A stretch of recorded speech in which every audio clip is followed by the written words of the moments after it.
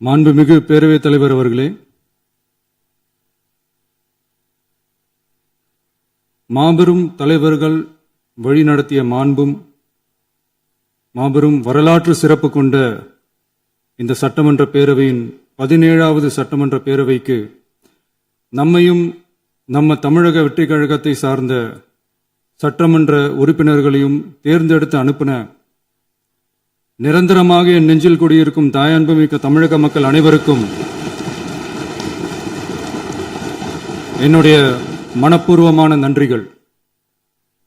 17வது சட்டமன்ற கூட்டத்தொடரின் முதல் ஆளுநர் உரையின் மீதான நன்றி தெரிவிக்கும் தீர்மானத்திற்கு பதிலுரை வழங்க வாய்ப்பளித்த மாண்புமிகு பேரவைத் தலைவருக்கு நம் வணக்கத்தை தெரிவித்துக் கொள்கிறோம்.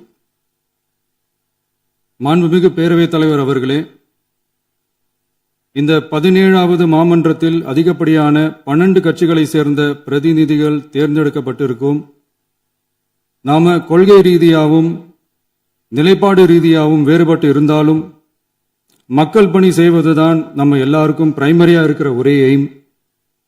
அந்த வகையில தான் நம்ம எல்லாருமே நம்ம மக்களால் அங்கீகரிக்கப்பட்டு சட்டமன்றத்திற்கு வந்திருக்கிறோம். அதனால நாம கருத்தால் வேறுபட்டாலும் மக்கள் சேவை என்ற நோக்கத்தில் நம்ம மாநிலம் சார்ந்த விஷயங்கள்ல நாம எல்லாரும் ஒன்றிணைந்து பயணிச்சா நம்ம தமிழ்நாடு என்னைக்கும் எதிலையும் முதன்மை மாநிலமாக திகழும். ஆளுநர் உரைக்கு நன்றி தெரிவிக்கும் தீர்மானத்தில் பேசின மாண்புமிகு உறுப்பினர்களுக்கு நன்றி. எதிர்த்து பேசினாதான் எதிர்கட்சின்னு ப்ரூவ் பண்ண முடியும்னு நினைச்சுக்கிட்டு பேசின எதிர்கட்சியை சேர்ந்த எதிர்கட்சி தலைவர் உள்ளிட்ட மாண்புமிகு உறுப்பினர்களுக்கும் வணக்கமும் நன்றியும். பதிலுரை வழங்குற அதே நேரத்தில் நம்மளை சட்டமன்ற உறுப்பினராக தேர்ந்தெடுத்த பெரம்பூர் தொகுதி மக்களுக்கு நம்மளோட நெஞ்சார்ந்த நன்றிகள். அதே மாதிரி ராஜினாமா பண்ணிட்டாலும் நம்மளை தேர்ந்தெடுத்த திருச்சி கிழக்கு மக்களுக்கும் இந்த மன்றத்தில் நம்மளோட நன்றியை பதிவு செய்கிறோம். அப்புறம் நம்மளோட அரசியல் பயணத்தை பற்றியும் கொஞ்சம் பதிவு செய்ய விரும்புகிறோம். நாம ஏதோ ஷூட்டிங்லேருந்து நேராக வந்து சிஎம் ஆன மாதிரியே சில பேர் ஒரு இமேஜ் கிரியேட் பண்ணுறாங்க. அவங்களுக்கு அவங்க ஆசைப்படுற லாங்குவேஜ்லேயே சொல்கிறோம், அது வெறும் ரீல் தான், ரியல் கிடையாது. ஒரு சாதாரண நடிகனாக நம்ம கெரியர் தொடங்குச்சு. அப்புறம் அப்படியே சின்சியராக உழைச்சி மேலே வந்தோம். நம்ம கெரியரில் நாம் மேலே வந்ததுக்கு இந்த விஜய் ஒருத்தன் மட்டுமே காரணம் இல்லை, அவனோட உழைப்பு மட்டுமே காரணம் இல்லை. இந்த விஜயோட உழைப்புக்கும் உயர்வுக்கும் பின்னாடி இருக்கிற ஒட்டுமொத்த தமிழ்நாட்டு மக்களோட அன்பும் அரவணைப்பும் தான் காரணம்.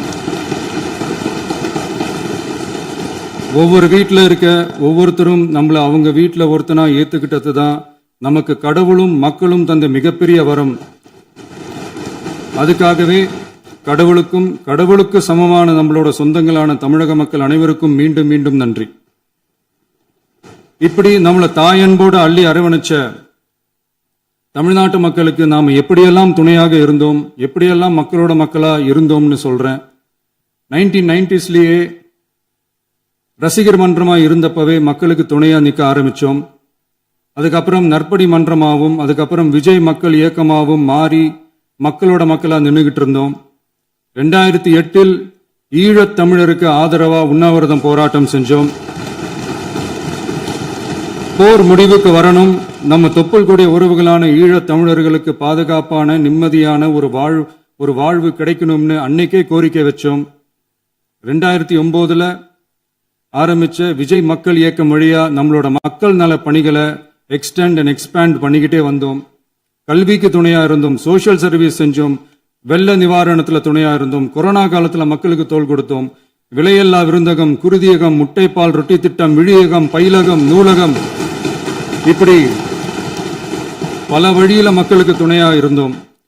அப்புறம் நம்மளோட திரைப்படங்கள்ல நம்மளால முடிஞ்ச வரைக்கும் ஊழல் எதிர்ப்பை சொன்னோம், சமூக நீதியை சொன்னோம், கல்வியை பத்தி சொன்னோம், அரசியலை பத்தி சொன்னோம்.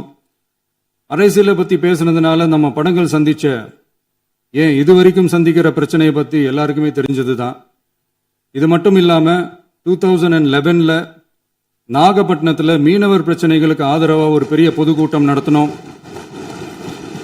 மீனவர்கள் மீதான தாக்குதலை கண்டிச்சு பேசி அதுல நம்மளோட எதிர்ப்பை பதிவு செஞ்சோம்.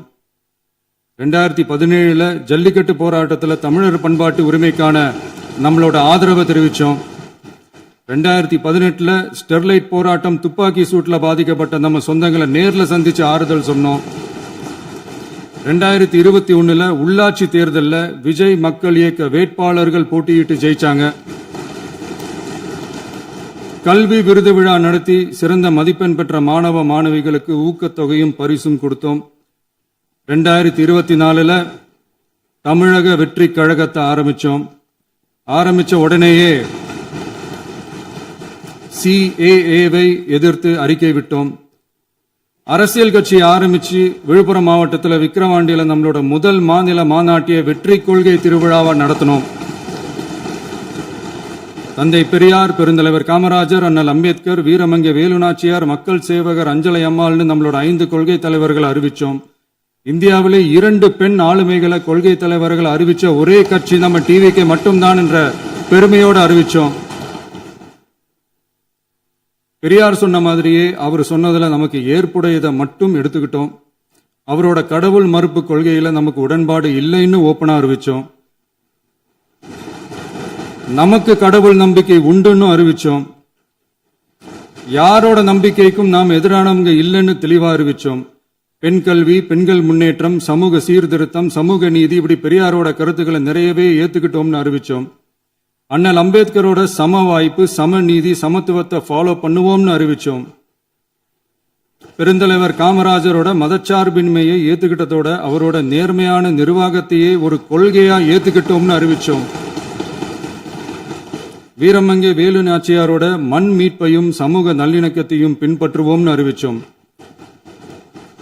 மக்கள் சேவகர் அஞ்சலை அம்மாளோட விடுதலை வேட்கையையும் மக்களோட வாழ்வாதாரத்துக்காக உறுதியாக நிற்கிறதையும் பின்பற்றுவோம்னு சொன்னோம். எல்லாருக்கும் எல்லாமும் கிடைக்கணும், எம் மதமும் நம் மதம்னு சொல்லி மதச்சார்பற்ற சமூக நீதி தான் நம்ம கொள்கைன்னு அறிவிச்சோம். நம்ம கொள்கை எதிரி யாரு, அரசியல் எதிரி யாருன்னு ஓப்பனா அறிவிச்சோம். எல்லாத்துக்கும் மேல பிறப்புக்கும் எல்லா உயிர்க்கும்ன்றத நம்மளோட அடிப்படை அரசியல் கோட்பாட்டா அறிவிச்சுட்டு தான் அரசியலுக்கே வந்தோம். நம்ம மதுரை மாநாட்டில் நம்மளோட தேர்தல் அரசியல் மற்றும் ஆட்சி அதிகார அரசியல் வழிகாட்டியா அறிஞர் அண்ணாவையும் புரட்சி தலைவர் எம்ஜிஆரையும் ஏத்துக்கிட்டதா அறிவிச்சோம். அப்புறம் இன்னனையும் நாம இங்க பதிவு செஞ்சே ஆகணும். எல்லாரும் கட்சி ஆரம்பிச்சுட்டு தான் ஒவ்வொரு வீட்டுக்குள்ளேயும் போவாங்க. ஆனா நாம ஒவ்வொரு வீட்டுக்குள்ளேயும் போனதுக்கு அப்புறம் தான் கட்சியவே ஆரம்பிச்சிருக்கிறோம். ஒவ்வொரு வீட்டில் ஒவ்வொருத்தரும் நம்மள அவங்க பிள்ளையா, மகனா, அண்ணனா, தம்பியா ஏத்துக்கிட்டதும் இயல்பா நடந்துச்சு. தமிழ்நாட்டு மக்களோட மனசுக்குள்ள போறதுக்கு நாம பட்ட பாடு நமக்கு மட்டும்தான் தெரியும். இதெல்லாம் புரிஞ்சாலும் புரியாத மாதிரி இருக்கிறவங்க தான் நம்மள நடிகன் என்று சொல்லியும் நம்ம கட்சிய நடிகன் கட்சின்னு சொல்லியும் சில நக்கல், நையாண்டி இதெல்லாம் பேசுவாங்க. அதை பத்தி நமக்கு கவலை இல்லைன்னு வைங்க. இப்படி நம்ம அரசியல் பயணம் ரொம்ப டிரான்ஸ்பரண்டா தான் ஆரம்பிச்சிருக்கு. இந்த 2026 தேர்தலில் கூட்டணியே இல்லாமல் தனியா நின்னோம்.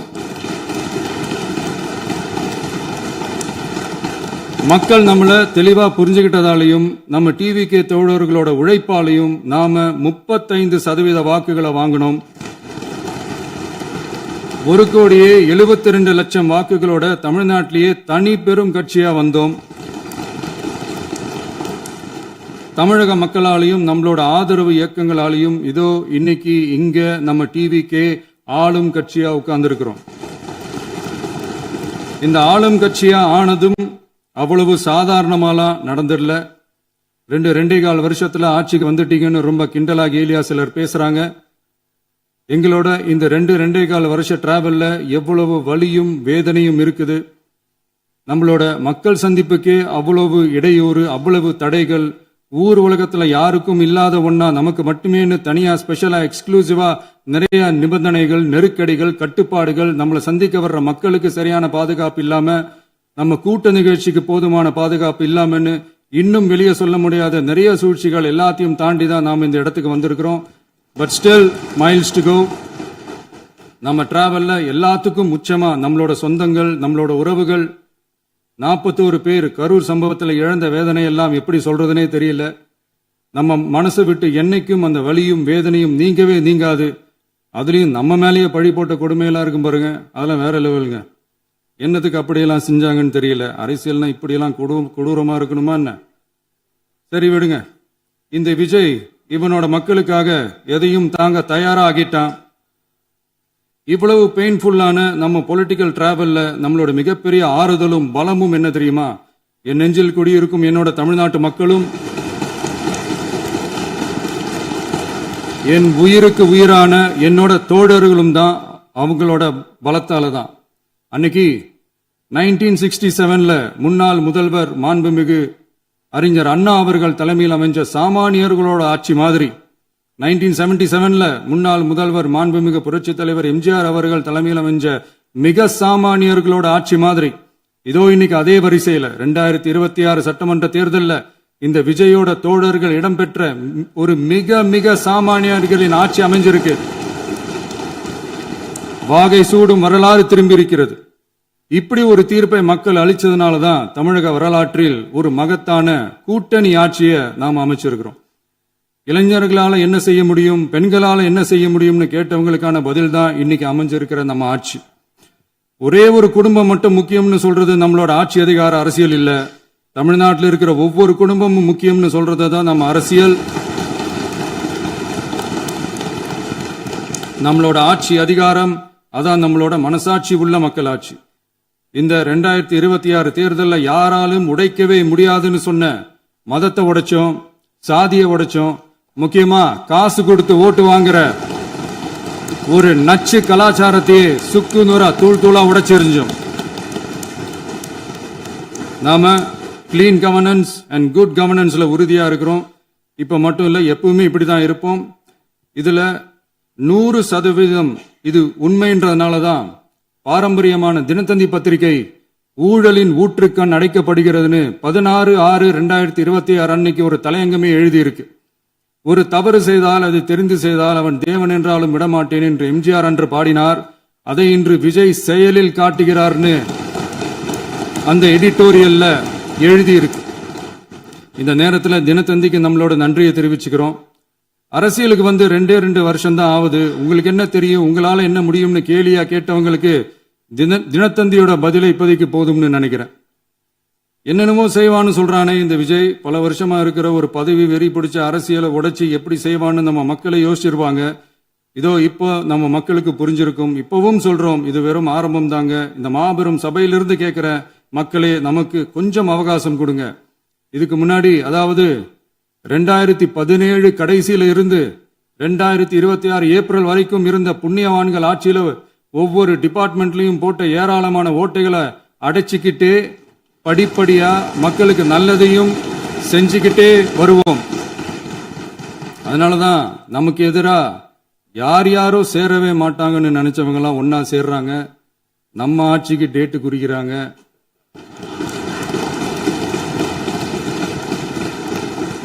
சரி, அவங்கள நம்ம மக்களே பார்த்துப்பாங்க, அதை விடுங்க.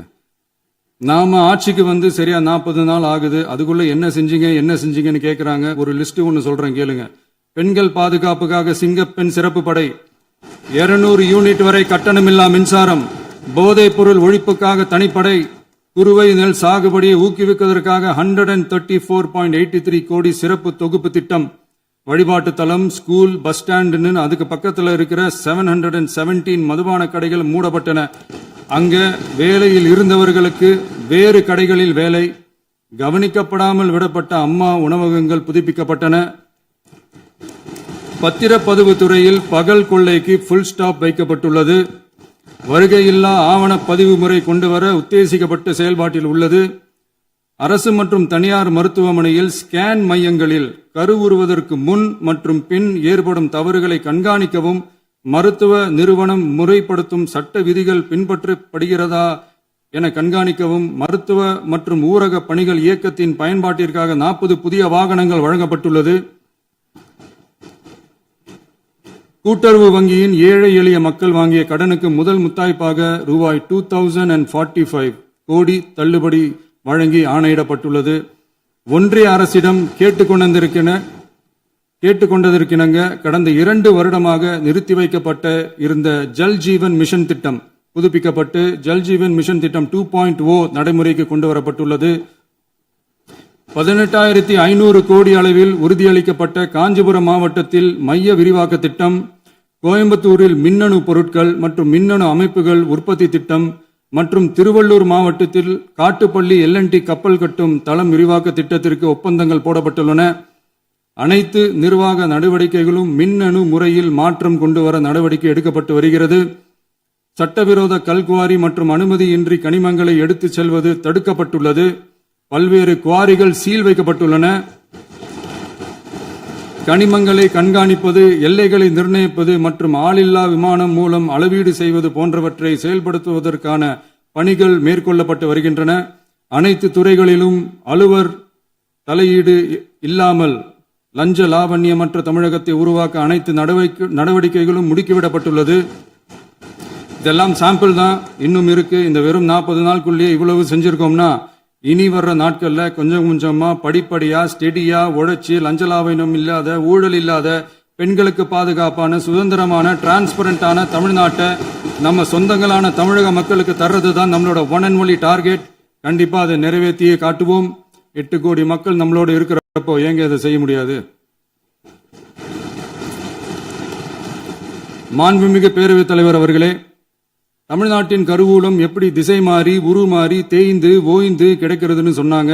திசை மாறி உருமாறி தேய்ந்து ஓய்ந்துன்னு வசனம் மாதிரி ரைமிங்கா இல்லாம வளமான இலக்கியமா இதே சபையில பேசினவங்களோட திறமையான ஆட்சியில நடந்த நிதி மேலாண்மையை பத்தி வெள்ளை அறிக்கையா வெளியிட்டோம். வெள்ளை அறிக்கை வந்ததிலிருந்தே கண்ணை கட்டுதுங்க. அந்த காலத்துலதான் பிள்ளையோ பிள்ளை தொல்லையோ தொல்லைன்னு சொன்னாங்க. அதே மாதிரி தாங்க அவங்க ஆட்சியாலையும் அவங்களாலையும் இன்னைக்கு தமிழ்நாட்டுக்கே தொல்லையோ தொல்லை. இப்படி ஒரு நிலைமையை உண்டாக்கி வச்சுட்டு இவங்க சொல்றாங்க நமக்கு ஆட்சி செய்ய தெரியாதுன்னு. நம்ம அமைச்சர்களுக்கும் நம்ம சட்டமன்ற உறுப்பினர்களுக்கும் ஒன்னும் தெரியாதுன்னு. ஆமாங்க, எங்களுக்கு தெரியாதுதான். எங்க சட்டமன்ற உறுப்பினர்களுக்கும் அமைச்சர்களுக்கும் மக்கள் பணி செய்ய தெரிஞ்ச அளவுக்கு மக்கள் பணத்தை சுருட்ட தெரியாதுதான்.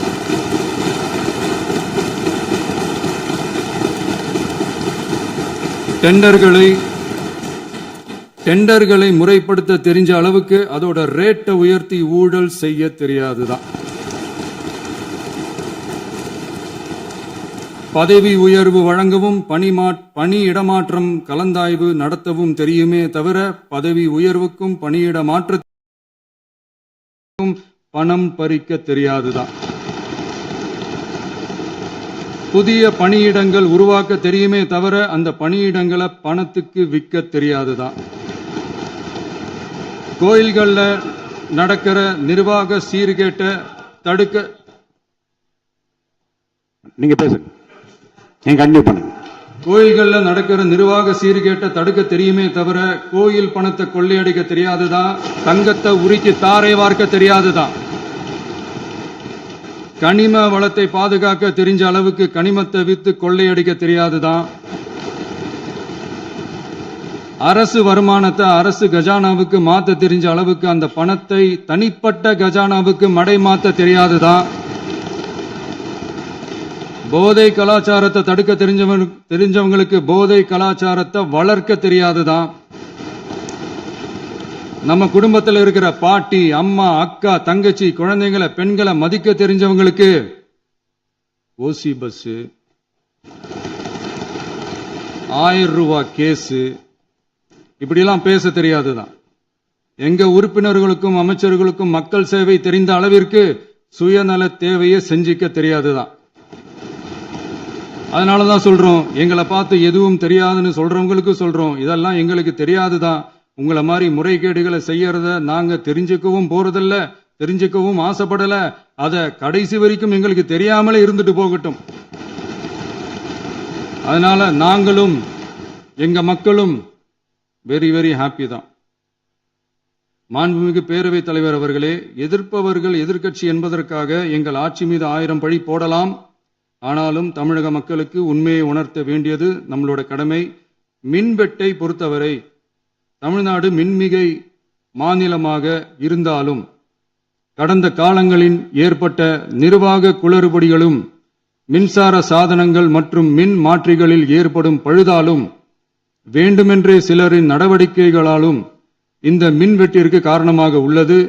மின் விநியோக மீட்பு நடவடிக்கைகளை ஒருங்கிணைப்பதற்காக எதிர்பாராமல் இரவு நேரங்களில் ஏற்படும் மின் தடங்களை விரைந்து சரி செய்வதில் 10 உயர்மட்ட கண்காணிப்பு குழுக்கள் மற்றும் 125 சிறப்பு மின் தடை நீக்க ரோந்து வாகனங்கள் வழங்கப்பட்டு 24 மணி நேரமும் கண்காணிக்கப்படுகிறது. கூடுதலாக தற்போது 77 புதிய மின் தடை நீக்க மையங்களும் உருவாக்கப்பட்டுள்ளன. விரைவில் இந்த மின்வெட்டு நிலைமை அறவே நீக்கப்படும். மாண்புமிகு பேரவைத் தலைவர் அவர்களே, நம்ம விவசாயிகள் எல்லாரும் நம்மள நல்லா புரிஞ்சுக்கிட்டு தமிழக வெற்றி கழகத்தை ஏத்துக்கிட்டாலும் எதிர்க்கட்சிகளோட தூண்டுதலால சில இடங்கள்ல சில போராட்டங்கள் நடக்குது. எதிர்க்கட்சிகள் என்னதான் சித்து வேலை செஞ்சாலும் விவசாய பெருமக்கள் எல்லாரும் நம்ம ஆட்சி அவங்களுக்கான ஆட்சி தான் நல்லா புரிஞ்சுதான் வச்சிருக்கிறாங்க. இந்த வருஷம் எல்னினோ விளைவா எப்பவும் இருக்கிறத விட இந்த டைம் மழை குறையுங்கிறதையும் நம்ம விவசாயிகள் உணர்ந்துதான் இருப்பாங்க. இருந்தாலும் நம்ம அரசு நம்ம விவசாயிகளோட வாழ்வாதாரத்துக்காக பக்கபலமாகவும் உறுதியாகவும் துணை நிற்கும்ங்கிறத தெரிவிச்சுக்கிறோம். நம்ம தமிழகத்தில் ஏற்கனவே நடந்த அதி அற்புதமான சூப்பரான நிர்வாக திறன் கொண்ட 50 வருஷ அரசியல் அனுபவம் கொண்ட 2.0, 3.0, 4.0 பல 0.0 மாடல் ஆட்சி நடத்த கனவு கண்டவங்களோட அட்டகாசமான ஆட்சிக்காரங்க பல்வேறு விதமான நிதி நெருக்கடியை நம்ம மக்களுக்கும் நமக்கும் பரிசா கொடுத்துட்டு போய் இருந்தாலும் கூட்டுறவு வங்கிகளின் மூலம் 75,000 வரை பயிர்கடன் பெற்று குறு சிறு இதர பெரு விவசாயிகளுக்கு 100% முழுமையான பயிர்கடன் தள்ளுபடியும் 75,000க்கு மேல் கடன் பெற்றவர்களுக்கு குறைந்தபட்சமாக 35,000 பண பயன் கிடைக்கும் அளவிற்கு மொத்தம் 14,43,504 விவசாயிகளுக்கு ரூபாய் 5,932.23 கோடி பயிர்கடன் தள்ளுபடி வழங்கப்பட்டுள்ளது. மாண்புமிகு பேரவைத் தலைவர் அவர்களே, நாம ஒன்றியத்தில் கூட்டுறவு கூட்டாட்சி, மாநிலத்தில் சுயாட்சி என்ற கொள்கையை கொண்டவங்க தான் ஏற்கனவே அறிவிச்சிருக்கிறோம். தற்போதைய ஒன்றிய அரசு சார்ந்த கட்சியுடன் அரசியலில் கொள்கை அளவில் நேர் எதிராக நிக்கிறவங்க தான் நாம. அதே சமயத்தில் எதுக்கெடுத்தாலும் கண்ணை மூடிக்கிட்டு ஒன்றிய அரசோட மோதல் போக்கை விரும்புறவங்க நாம இல்ல. நமக்கு எப்பவுமே தமிழகத்தின் வளர்ச்சி மட்டும்தான் முக்கியம். அதுக்காக நம்மளோட அரசியல் ரீதியான கொள்கைகளையோ மாநில உரிமைகளையோ கொஞ்சம் கூட விட்டு கொடுக்கவே மாட்டோம். அதுல ரொம்ப தெளிவாகவும் உறுதியாகவும் இருக்கிறோம். இனியும் இப்படித்தான் இருப்போம். அதுல ஒருபோதும் மாற்றமே இருக்காது. அதனால இதுல யாரு திசை திருப்ப வேலையில் ஈடுபட்டாலும் அவங்க எல்லாரும் மக்கள் மத்தியில் தோற்பது உறுதி. எனவே நம்ம மக்களுக்கோ சிறுபான்மை சகோதரர்களுக்கோ நம்ம ஆதரவு இயக்கங்களுக்கோ எந்தவித சந்தேகமும் வேண்டாம். நாம் யாரோட டீமும் இல்ல. நாம எப்பவுமே பியூரான பீப்புள்ஸ் டீம். இன்னும் சொல்ல போனா நாம secular team, social justice team. மாண்புமிகு பேரவைத் தலைவர் அவர்களே, அரசு விழாக்கள், கல்வி நிறுவனங்கள் மற்றும் பல அதிகாரப்பூர்வ நிகழ்ச்சிகளோட தொடக்கத்துல நம்ம தமிழ்தாய் வாழ்த்த பாடுறதுதான் வழக்கமா இருக்கு. தமிழ்தாய் வாழ்த்த பொறுத்த வரைக்கும் நம் அரசு இதுல நம்மளோட உறுதியான நிலைப்பாட்டை ஒன்றிய அரசுக்கு மிக தெளிவா தெரிவிச்சிருக்கு. அது இல்லாம இதில் மாநில அரசின் கொள்கைக்கு ஏற்ப ஒன்றிய அரசின் அறிவிக்கையில் திருத்தம் மேற்கொள்ள கோரிக்கையும் விடுக்கப்பட்டுள்ளது. நீட் தேர்வை பொறுத்தவரை கிராமப்புற மற்றும் பொருளாதார ரீதியாக பின்தங்கிய மாணவர்களுக்கு சமமான வாய்ப்பை வழங்குவது மருத்துவ கல்வியில் சமூக காரணம் நீட் பாதிக்கிறது என்பதை உணர்கிறோம். எனவே மருத்துவ படிப்புகளுக்கான சேர்க்கையை 12ஆம் வகுப்பு மதிப்பெண்களின் அடிப்படையில் நடத்த வேண்டும் என்று நமது அரசு வலியுறுத்தி வருகிறது. மத்திய அரசிடம் நீட்டிலிருந்து தமிழ்நாட்டிற்கு விலக்கு வழங்க வேண்டும் என்று கோரிக்கை விடுத்துள்ளது. மாண்புமிகு பேரவைத் தலைவர் அவர்களே, பேரறிஞர் அண்ணா அவர்கள் தலைமையிலான அரசு 1968இல் இருமொழி கொள்கையை நடைமுறைப்படுத்தியது. தமிழ் ஆட்சி மொழி, தமிழ் மொழியை பாதுகாப்பது, மாணவர்களுக்கு ஆங்கிலத்தின் மூலம் உலக அளவிலான வாய்ப்புகளை வழங்குவது, எந்த ஒரு மொழியையும் கட்டாயமாக திணிப்பதை தவிர்ப்பது மற்றும் எதிர்ப்பது, நிலத்தின் மொழி மற்றும் பண்பாட்டு அடையாளத்தை பேணுவது என்பதை நம் தமிழக வெற்றிக் கழக ஆட்சி ஏற்றுக்கொண்டுள்ளது. எனவே தமிழ்நாட்டில் தமிழ் ஆட்சி மொழி மற்றும் இருமொழி கொள்கை என்பதில் நமக்கு மாற்று கருத்தே இல்லை.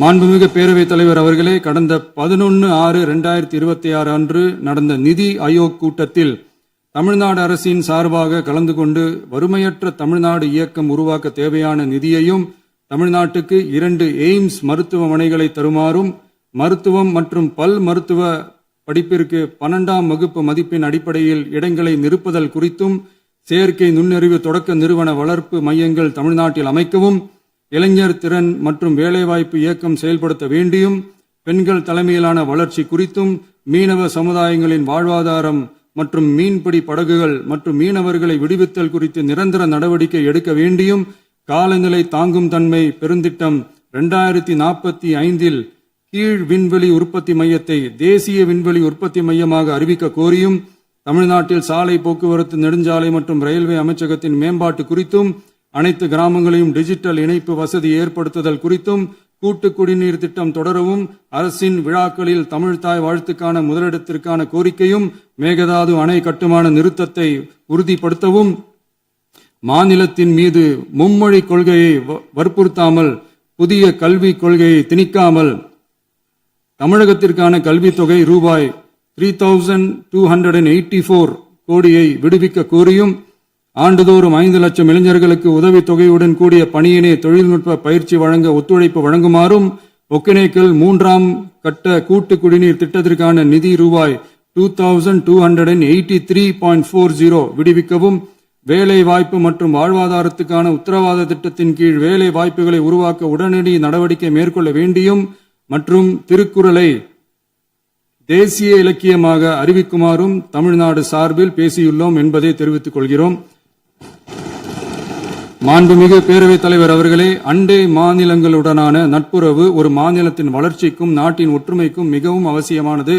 தமிழ்நாடு தனது அண்டை மாநிலங்களுடன் நதி நீர் பங்கீடு, பொருளாதாரம், கல்வி, கலாச்சாரம் மற்றும் போக்குவரத்து துறைகளில் நல்லுறவை பேணி வருகிறது. பரஸ்பர மரியாதை, ஒத்துழைப்பு மற்றும் கூட்டாட்சி தத்துவத்தின் அடிப்படையில் அண்டை மாநிலங்களுடனான நட்புறவை வலுப்படுத்தவும் நமது ஆட்சியில் காக்கப்படுகிறது. மாண்புமிகு பேரவைத் தலைவர் அவர்களே, சட்டம் ஒழுங்கை பத்தி பேச்சு வந்தது. சட்டம் ஒழுங்கு சரியா இருக்கணும் அப்படின்றதுல எங்களுக்கு மாற்று கருத்தே கிடையாது. கண்டிப்பா லா அண்ட் ஆர்டர் கரெக்டா இருக்கணும், கரெக்டா இருக்கும், இருக்க வைப்போம். அதே மாதிரி பெண்கள் பாதிக்கப்படுறதையும் இங்க யாராலையும் சகிச்சுக்கவே முடியாது. அதுக்கான கடுமையான நடவடிக்கைகள் நம்ம அரசு எடுத்துக்கிட்டு இருக்கிறோம். இந்த சிங்கப்பெண் சிறப்பு அதிரடிப்படை கூட அதுக்கான ஒரு ஃபர்ஸ்ட் ஸ்டெப் தான். அதே மாதிரி இந்த போதைப் பொருள் நடமாட்டம், அதை கண்ட்ரோல் பண்றதுக்கும் நம்ம அரசு கடுமையான நடவடிக்கைகள் எடுத்துக்கிட்டு இருக்கிறோம். அதையும் கண்டினியூ பண்ணி எடுப்போம். மாண்புமிகு பேரவைத் தலைவர் அவர்களே, இப்ப நான் சொன்ன இந்த பிரச்சனைகள்லாம் 2026 போன மாசம் மே மாசம் 10ஆம் தேதி புதுசா வந்துடல. இதெல்லாம் பல வருஷமா இருக்கிற பிரச்சனைகள் தான், பல வருஷமா கண்டுக்காம விட்ட பிரச்சனைகள் தான். இன்னைக்கு எதிர்கட்சிக்காரங்க அதை பத்தி கேட்கும் போது எனக்கு அது அக்கறையா தெரியல, அவதூறு அரசியலா தான் தெரியுது, பழி போடுற அரசியலா தான் தெரியுது. இப்படி அவதூறு பழி போடுறவங்களை பார்த்து ஒன்னே ஒன்று தான் கேட்கணும்னு தோணுது. கடந்த 9-10 மாசமா நம்ம ஸ்டேட்ல சட்டம் ஒழுங்கு டிஜிபியே இல்லை. சட்டம் ஒழுங்கு டிஜிபியை போடுங்கன்னு சொல்லி எல்லாம் ஓஞ்சி போயிட்டோம். போன ஆட்சியில் நடந்ததுக்கெல்லாம் இப்பதான் விடையை கண்டுபிடிக்கிறோம் நம்ம ஆட்சியில்.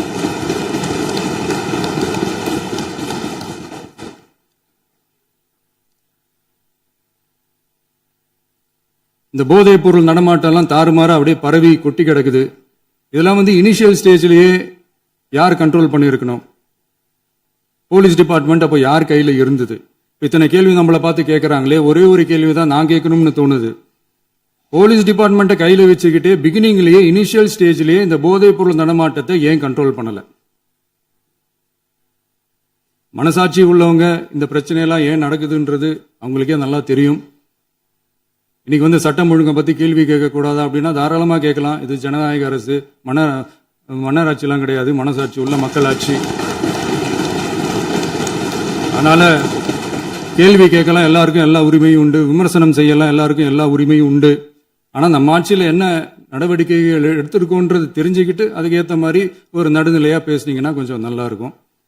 சட்டம் ஒழுங்கை பத்தி யாருக்கு என்ன யோசனை இருந்தாலும், மக்கள் நலனுக்காக யாருக்கு என்ன யோசனை இருந்தாலும் அதை தாராளமாக சொல்லலாம். நம்ம அரசு அது காது கொடுத்து கேட்கும். ஆனா நம்ம அரசினுடைய நிர்வாகத்திறன் அதை பத்தி பேசுறவங்களுக்கு இந்த ஊரடிச்சு உலையில போட்டு ஊழல் மேல ஊழலா செஞ்சுக்கிட்டு அதுல இருந்து தப்பிக்கிறதுக்கு பேர் தான் நிர்வாகத்திறன் அப்படின்னு சொன்னா, அப்படிப்பட்ட ஒரு ஊழல் செய்யற நிர்வாகத்திறனை நம்ம அரசு ஒரு நாளும் செய்யாது. பொட்டி பெட்டியா பணத்தை வச்சுக்கிட்டு, பெட்டியை வச்சு எல்லாம் செஞ்சுக்கிட்டு, போதைப் பொருள் பாதுகாவல் கழக மாடல் அரசாங்கம் செஞ்ச ஒவ்வொரு ஊழலா வெளியில வந்துகிட்டு இருக்கு. டாஸ்மாக்ல அது என்னப்பா அது பேரு, பார்ட்டி ஃபண்ட் கட்சி நிதி அப்படின்ற பேர்ல அடிச்ச கொள்ளையெல்லாம் ஒண்ணு ஒன்னா இப்போ கவர்மெண்டோட கஜானாவுக்குள்ள கொண்டு சேர்த்துக்கிட்டே இருக்கிறோம். உட்காருங்க. மாண்புமிகு முதல்வர்கள் பதில் உரைக்கு பிறகு பதிலுக்கு பிறகு நேரம் தர அப்ப பேசட்டும், அவங்க பேசட்டும், அவங்கள பேச அனுமதி. உட்காருங்க உட்காருங்க.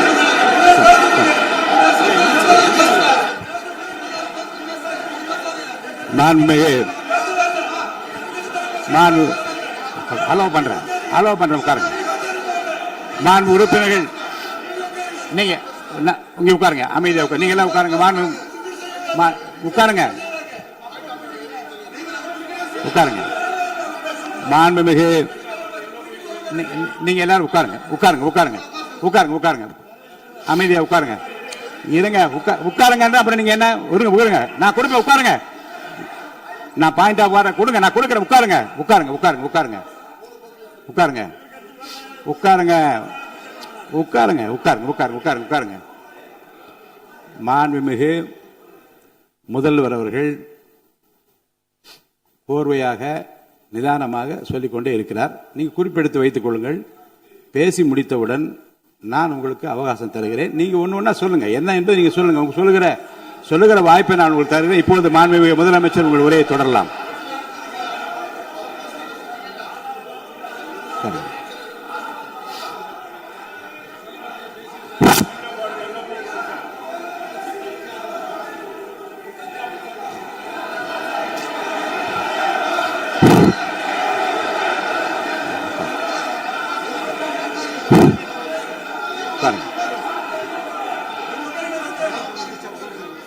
நான் எழுந்த பிறகு உட்கார்றதா முறை. உட்காருங்க எல்லாரும் உட்காருங்க. தேசிய உட்கார்.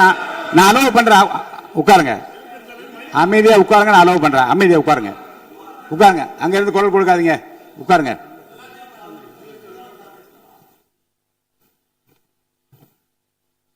இனிமையான இந்த விவாதத்தில் இதுவரை குறுக்கீடுகள் இல்லாமல்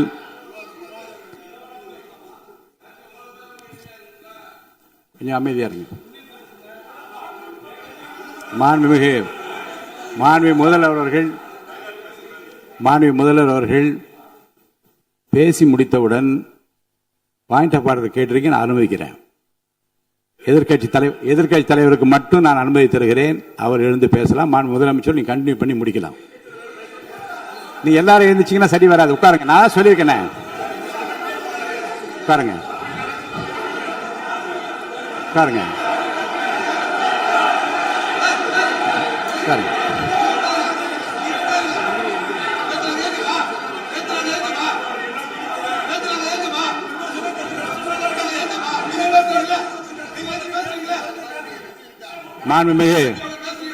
மாண்பு உறுப்பினர்கள் அமைதி காக்க வேண்டும். நேற்று எதிர்க்கட்சி தலைவர் பேசுகிற போதும் அவர் பேசுகிற எல்லாவற்றுக்கும் நான் அனுமதி அளித்தேன். அதில் பாயிண்ட் ஆஃப் கேளுங்க. அந்த விவாதத்தில் கேளுங்க. இப்போதும் மாண்புமிகு முதலமைச்சர் அவர்கள் பேசி முடித்த பிறகு நான் உங்களுக்கு அதுக்குரிய அவகாசம் தருகிறேன். நீங்க கேள்வி கேளுங்க. கேட்கிற உரிமையும் விளக்கத்தை பெற்றுக்கொள்ள உரிமை உங்களுக்கு இருக்கிறது. அதற்கு அவகாசம் நான் தருகிறேன்.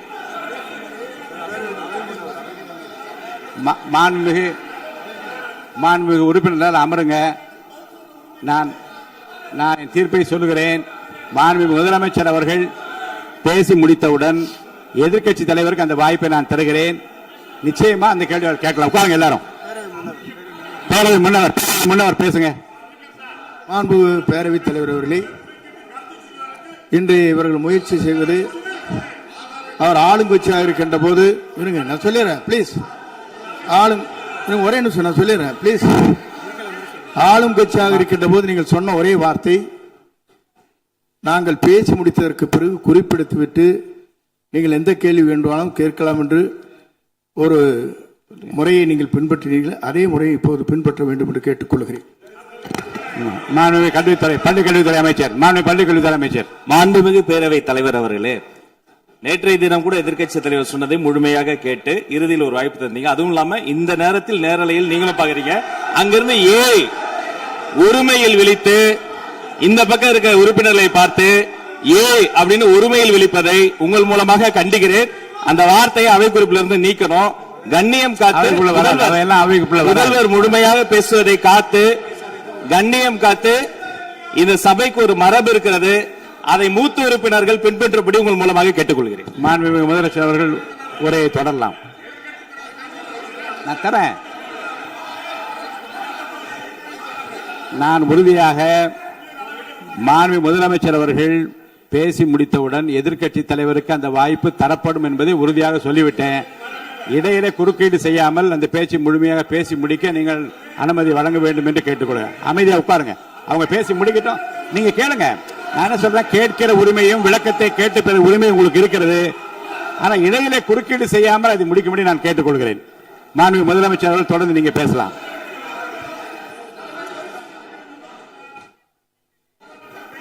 எதிர்க்கட்சி தலைவர் அவர்கள் உங்கள் கட்சியினுடைய உறுப்பினரை அமைதிப்படுத்த வேண்டும் என்று நான் கேட்டுக்கொள்கிறேன். உங்களுக்கு வாய்ப்பு தரவில்லை என்றால் அவர் எழுந்து நிற்பதில் நியாயம் இருக்கிறது. வாய்ப்பு தரப்போகிறேன். மாண்பு முதலமைச்சர் அவர்கள் பேசி முடித்தவுடன் உங்களுக்கு வாய்ப்பு தரப்படும். அது வரைக்கும் உங்களுடைய உறுப்பினரை அமைதி காக்க நீங்கள் தான் பார்த்துக் கொள்ள வேண்டும். மாண்பு அவை முன்னவர். மாண்பு பேரவைத் தலைவர் அவர்களே, அவர் அப்போது சொன்னது வேறு, இப்போது நடந்து கொள்கிற முறைகள் வேறாக இருக்கிறது. அன்றைக்கு அவர் சொல்லுகிற போது அமைச்சர் அத்தனை பேரும் பேசி முடித்ததற்கு பிறகு உங்களுடைய கருத்துக்கள் யாராவது தெரிவிக்கலாம். இப்போது பின்பற்றினால் நன்றாக இருக்கும். நீங்கள் அதற்காகத்தான் சொன்னீர்கள். முதலமைச்சர் பேசியதற்கு பிறகு எதிர்க்கட்சி தலைவர் அவர்கள் பேசுவதற்கு வாய்ப்பளிக்கிறோம் என்று சொல்லியிருக்கிறார்கள். ஆகவே தான் அந்த வாய்ப்பை நீங்கள் இல்ல அது பதில் சொல்லணும்னு கேட்டிருக்காங்க. பதில் சொல்லணும் சொல்லியிருக்காங்க. பதில் சொல்லினா தங்க பிரச்சனை இல்ல அப்படி இல்ல. ஆகவே இல்ல நேற்றைய தினம் நீங்கள் அப்படி பேசிக்கொண்டது ஆறாவது இல்ல. நேற்றைய தினம் நீங்கள் பேசுகிற போது ஆறாவது குறுக்கிட்டார்களா? நீங்கள் பேசுகிற போது யாருமே குறுக்கிடவில்லை. நீங்க எவ்வளவு பேசினீர்கள், எவ்வளவு வார்த்தைகள் பேசினீர்கள் என்பதெல்லாம் எங்களுக்கு தெரியும். யாருமே அதில் குறுக்கிடவில்லை. இது முதலமைச்சர், எங்கள் முதலமைச்சர் எதிர்க்கட்சி தலைவர் பேசுகிற போது யாரும் குறுக்கிட வேண்டாம் என்று சொன்னார்கள். அதை நாங்கள் பின்பற்றினோம். ஆனால் இன்றைக்கு நீங்கள் பின்பற்றவில்லை என்பதால் வேதனையாக இருக்கிறது. முன்னவர் நேற்று எதிர்க்கட்சி தலைவர் பேசுகிற போது அடுக்கடுக்காக குற்றச்சாட்டுல வைத்தார். இப்போ அதற்குரிய மாண்புமிகு பொதுப்பணித்துறை அமைச்சர் கூட காலையில் அலுவலகத்தை சந்தித்து அவர்கள் சாட்டிய குற்றச்சாட்டுகளுக்கெல்லாம் ஆதாரங்களை எல்லாம் நான் கொண்டு வந்திருக்கிறேன் என்று சொன்னேன். நான் நேற்று அந்த விஷயம் நேற்றோடு முடிந்து விட்டது. ஆதாரங்களை கொடுங்கள். தக்க நேரத்தில் இதை பற்றி சொல்ல வேண்டிய நேர்ந்தால் நான் இதெல்லாம் ஆய்வு செய்து உரிய நேரத்தில் அவை குறிப்பிட்டு ஏற்றுவதற்கு முன்பாக அவரிடம் காட்டி அதற்கு பிறகு அதை பற்றி முடிவெடுக்கும் என்று நான் சொன்னேன். இப்போதும் சொல்லுகிறேன், மாண்பு முதலமைச்சர் அவர்கள் பேசிக் கொண்டிருக்கிறார். பேசி முடிக்கட்டும். எதிர்க்கட்சி தலைவருக்கு உறுதியாக நான் வாய்ப்பு தருவேன். அவர் கேள்விகளை முன்வைக்கலாம், விளக்கங்களை பெறலாம். இப்போதைக்கு பேரவைத் தலைவர் என்ற முறையில் என்னுடைய முடிவு இதுதான். அவையில் இருக்கக்கூடிய உறுப்பினர்கள் அமரும்படி நான் கேட்டுக்கொள்கிறேன். நான் முதலமைச்சர் அவர்கள் பேச வேண்டிய போ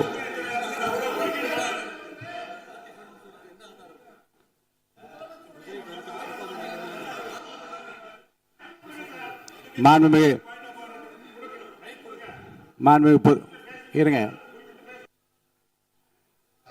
பேரவைத் தலைவர் அவர்களே, நேற்றைய தினம் நீங்கள் முழுமையாக பேசினீர்கள். உங்கள் பேச்சுக்கள் எப்படி இருந்தது என்பதும் நாடறியும்.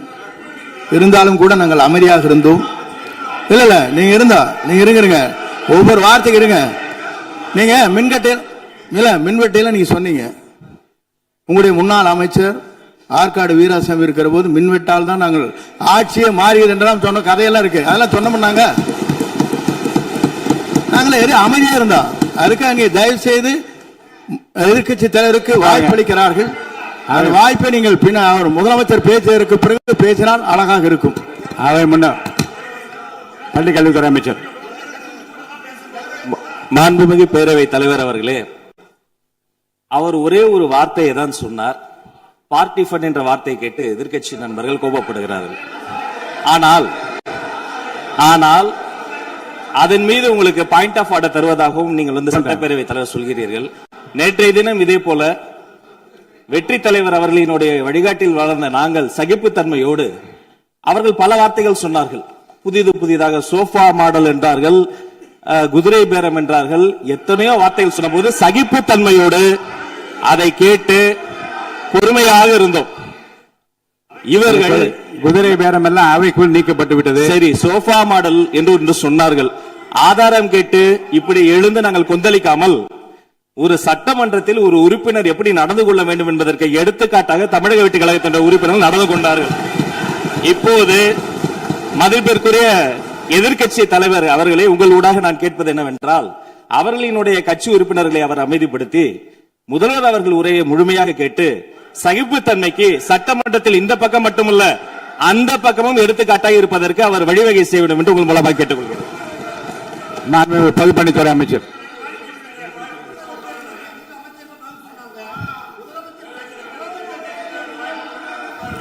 மாண்புமிகு பேரவைத் தலைவர் அவர்களே, திராவிட முன்னேற்ற கழகம் முதல் நாளில் இந்த சபையுடைய மரபையும் பாரம்பரியத்தை பற்றியும் நமக்கு வகுப்பெடுத்தார்கள். அந்த மரபுப்படி எங்களுடைய தலைவருடைய வழியில் இந்த சட்டசபையுடைய நிகழ்வுகளில் நாங்கள் கலந்து கொண்டிருக்கிறோம். நேற்று எதிர்க்கட்சி தலைவர் பேசும் பொழுது எவ்வளவோ வார்த்தைகள் உண்மைக்கு புறம்பாக சட்டத்திற்கு எதிராக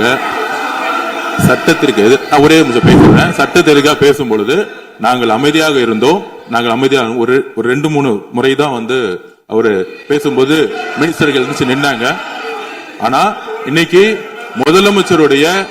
மாண்புமிகு முதலமைச்சருடைய முதல் உரை கடந்த 4 நாட்களாக திராவிட முன்னேற்ற கழகம் முதலமைச்சர் ஏன் பேசலன்னு சொல்லிட்டே இருந்தாங்க. இன்னைக்கு பேச ஆரம்பிச்ச உடனே அவர் சொன்ன வார்த்தை பார்ட்டி ஃபண்ட் சொன்னார். எந்த பார்ட்டின்னு சொல்ல. ஆனா அந்த வார்த்தைகள் சொல்லி முடிஞ்ச உடனே எதற்காக முதலமைச்சருடைய பேச்ச இவங்க குறுக்கிறாங்கன்னு தெரியல.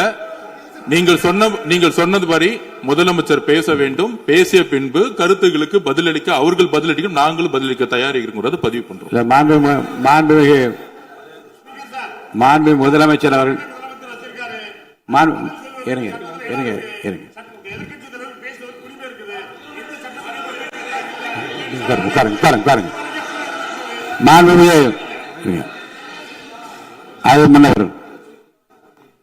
மரபு இருக்கிறது.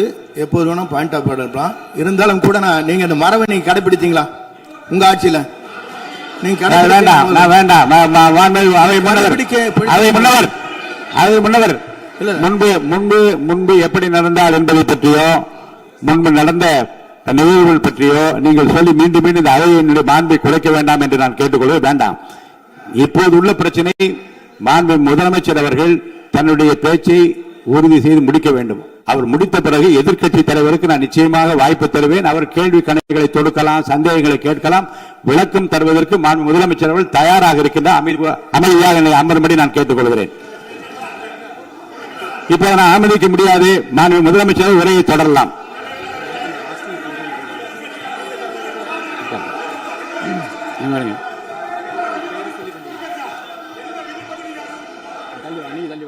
மாண்புமிகு உறுப்பினர் ஆஸ்டின் உங்க இடத்துல போய் உட்காருங்க. மாண்புமிகு உறுப்பினர் ஆஸ்டின், நீங்க ஒரு மூத்த உறுப்பினர், சபை விதிகளை நன்கு தெரிந்த ஒரு உறுப்பினர், நீங்க போய் இடத்துல உட்காருங்க. முதல்ல மாண்புமிகு முதலமைச்சர் அவர்கள் உரையை தொடரலாம்.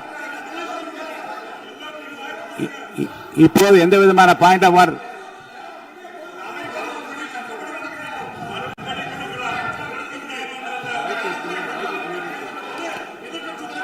நான் வாய்ப்பு இல்லை என்று சொன்னால் நீ எழுந்து நிற்பதிலே நியாயம் இருக்கிறது.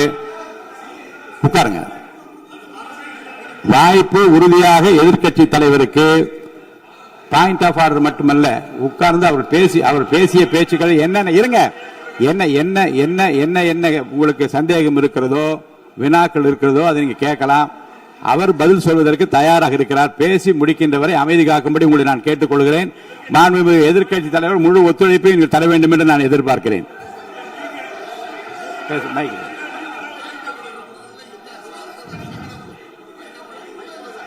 மைக் கொடுங்க. மாண்புமிகு எதிர்க்கட்சி தலைவர். பேரவைத் தலைவர், நீங்க உட்காருங்க. நேற்று நான் பேசும்போது சில அமைச்சர்கள் குறுக்கிட்டு பேசினாங்க. அதற்கு நீங்க அனுமதி கொடுத்தீங்க. அதே மாதிரி இன்னைக்கு முதலமைச்சர் பேசும்பொழுது சில வார்த்தைகள், தவறான வார்த்தைகள் பேசுறாரு. அவர் பார்ட்டி ஃபண்ட் அப்படின்னு சொல்லியிருக்கிறாரு. அவர் அமைச்சர் அந்த பார்ட்டி ஃபண்ட் எந்த பார்ட்டின்னு கூட சொல்ல தைரியம் இருந்தா சொல்லுங்க, நாங்க அதெல்லாம் ஃபேஸ் பண்ண தயாரா இருக்கோம். எதையும் ஆதாரத்தோடு எதையும் பேசுங்க. நீங்க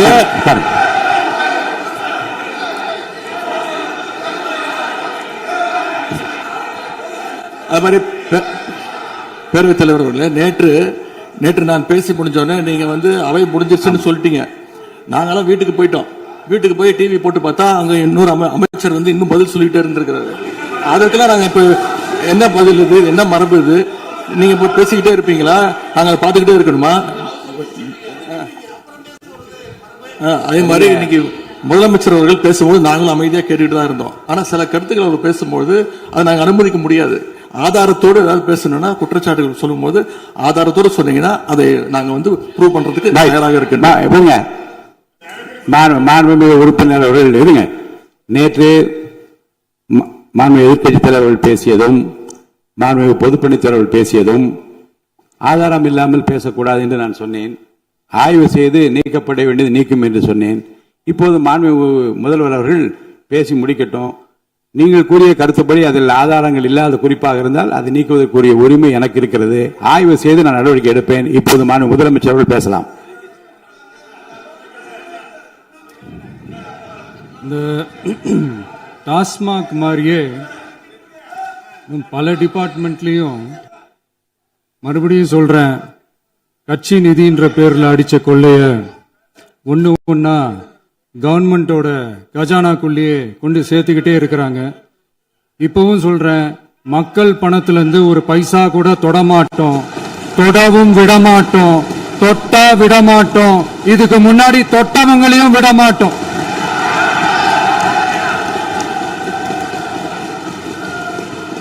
ஒவ்வொரு ஊழலா வெளியில வரும் போலயே, ஒவ்வொரு வேஷமா கலைஞ்சிரும் போலவே இங்க இருக்கிற நிறைய பேரு நடுங்கி போய் இதுல நம்ம மேல அவதூறு வேற. இப்ப புதுசா ஒரு வெப்பன் ஒண்ணு கொண்டு வந்திருக்காங்க. அது என்ன தெரியுமா? அவங்க தயவால தான் நம்ம ஆட்சி நடக்குதான். மக்கள் தயவால இந்த ஆட்சி நடந்துகிட்டு இருக்கு. மனசாட்சி உள்ள சக்திகளோட ஆதரவால இந்த ஆட்சி நடந்துகிட்டு இருக்கு. நாங்க தான் அனுப்பி வச்சோம் அப்படின்றாங்களே. அனுப்பி வச்சவங்களுக்கு மினிஸ்ட்ரியில இடம் கொடுத்தா ஏன் கதறீங்க? ஏன் இவ்வளவு கோவம்? ஏன் இவ்வளவு கதறல்? இதுல இன்னொரு முக்கியமான விஷயம், மார்க்சிஸ்ட் கம்யூனிஸ்ட் கட்சி நமக்கு ஆதரவு கொடுத்தது சுயேட்சையா எடுத்த முடிவுன்னு சொல்றாங்க. அதே மாதிரி இந்திய கம்யூனிஸ்ட் கட்சி நமக்கு ஆதரவு கொடுத்தது சுயேட்சையா எடுத்த முடிவுன்னு சொல்றாங்க. இதுல எங்க இருந்து நாங்க தான் அனுப்பி வச்சோம்னா புரியலையே. மக்களுக்கு நல்லா புரியும். எல்லாத்தையும் தெளிவா பார்த்துக்கிட்டு இருக்கிறாங்க.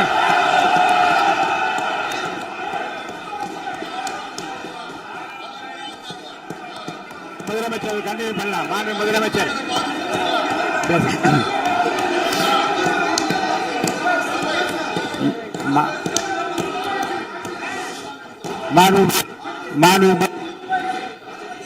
முதலமைச்சர் கண்டினியூ பண்ணலாம். நீ கண்டினியூ பண்ணலாம்.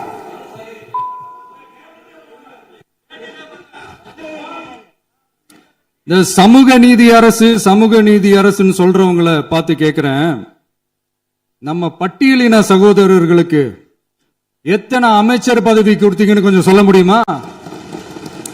ஆனா நம்மளுடைய அரசுல 8 அமைச்சர் பதவிகள் யாருக்கு? நம்ம பட்டியலின சகோதரர்களுக்கு. எல்லாம் நம்ம அண்ணன், நம்ம தம்பி, நம்ம தங்கச்சிங்க.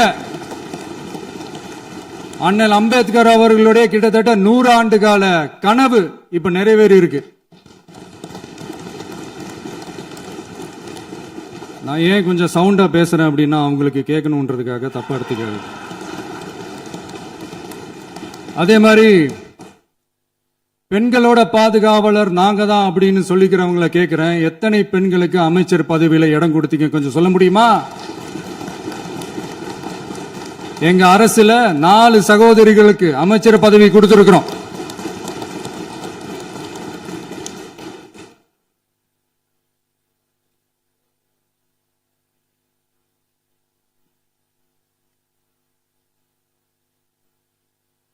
அதனால மக்களால் நிராகரிக்கப்பட்டு மக்களால் அகற்றப்பட்டவங்களுக்கு ஒன்னே ஒன்று சொல்லுகிறோம், தப்பே செய்ய மாட்டோம், ஊழலே செய்ய மாட்டோம், நேர்மையா தான் இருப்போம், நியாயமா தான் இருப்போம் அப்படின்னு சொல்றவங்களால மட்டும்தான் கூட்டணி ஆட்சி அமைக்க முன்வரும். ஆட்சியிலையும் பங்கு, அதிகாரத்திலையும் பங்கு கொடுக்க முன்வரும். ஊழல்லையே ஊறி போனவங்களால இந்த கூட்டணி ஆட்சியோ ஆட்சியிலையும் பங்கு அதிகாரத்திலையும் பங்கு கொடுக்க முன்வராது. மெஜாரிட்டி இருந்தாலும் தரமாட்டாங்க, மெஜாரிட்டி இல்லைனாலும் தரமாட்டாங்க. கேட்டா ரெடிமேடா ஒரு பதில் ஒண்ணு வச்சிருப்பாங்க, கூட்டணி ஆட்சியை மக்கள் விரும்ப மாட்டாங்கன்னு. அதே மக்கள் தான் இப்ப அவங்கள பார்த்து சிரிக்கிறாங்க. நான் பதவியேற்ற அன்னைக்கு கொஞ்சம் டைம் அவகாசம் கேட்டேன். எதுக்கு கேட்டேன்? நிதி நிலைமைலாம் கொஞ்சம் மோசமா இருக்குது, அதெல்லாம் கொஞ்சம் சரி செஞ்சுக்கிட்டே படிப்படியா கொஞ்சம் கொஞ்சமா நான் கொடுத்த வாக்குறுதிகள்லாம் செயல்படுத்துவேன், அதுக்காக கொஞ்சம் டைம் அவகாசம் கேட்டேன். நான் ஏதோ வேற எதுக்காகவோ வேற யாருக்காகவோ ஏதோ அவகாசம் கேட்ட மாதிரி. அடுத்து இங்க சபையில இல்லாதவங்களை பத்தி பேச வேண்டாம்னு நினைக்கிறேன்.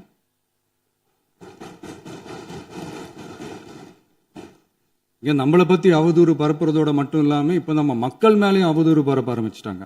மக்கள் நமக்கு ஓட்டு போட்டது தப்பான், குடும்பம் குடும்பமா நமக்கு ஆதரிச்சது தப்பான். இது இப்ப இல்ல, நான் சொல்றது எம்ஜிஆர் அவர்கள் காலத்திலிருந்தே. அப்பவே அவர் ஜெயிச்சப்போ அதே மக்களை தப்பு தப்பா பேசுறது. மக்கள் என்ன பண்ணிட்டாங்க, எம்ஜிஆர் என்ன பண்ணிட்டாரு, எம்ஜிஆர் என்ன இது பண்ணிட்டாரு. 50 வருஷமா ஒரே டெக்னிக்கா.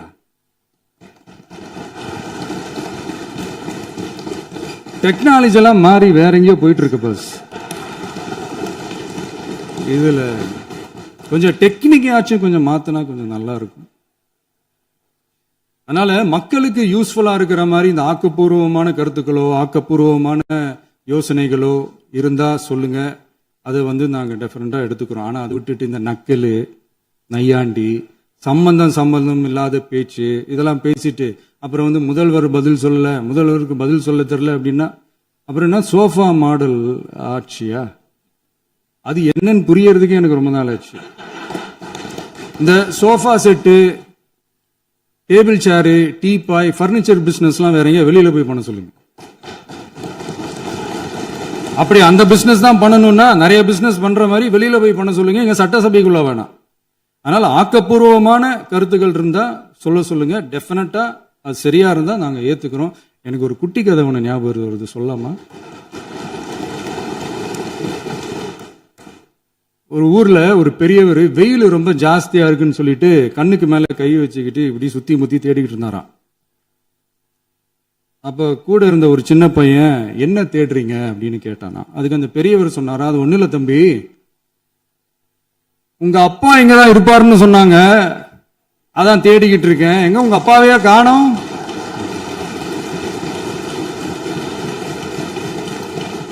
இல்ல அந்த எங்களுக்கும் நக்கலா நையாண்டியா சம்பந்தம் இல்லாத குட்டி கதை இதெல்லாம் எங்களுக்கும் பேச தெரியும். அந்த கதையில பெரியவர் அப்படி சொன்னாராம், தப்பா எடுத்துக்காதீங்க. அந்த கதையில பெரியவர் அப்படி கேட்டாராம். அதனால யாரும் இங்க டென்ஷன் ஆக வேணாம். அதனால இன்னொரு இந்த என்னுடைய உரையை முடிக்கிறதுக்கு முன்னாடி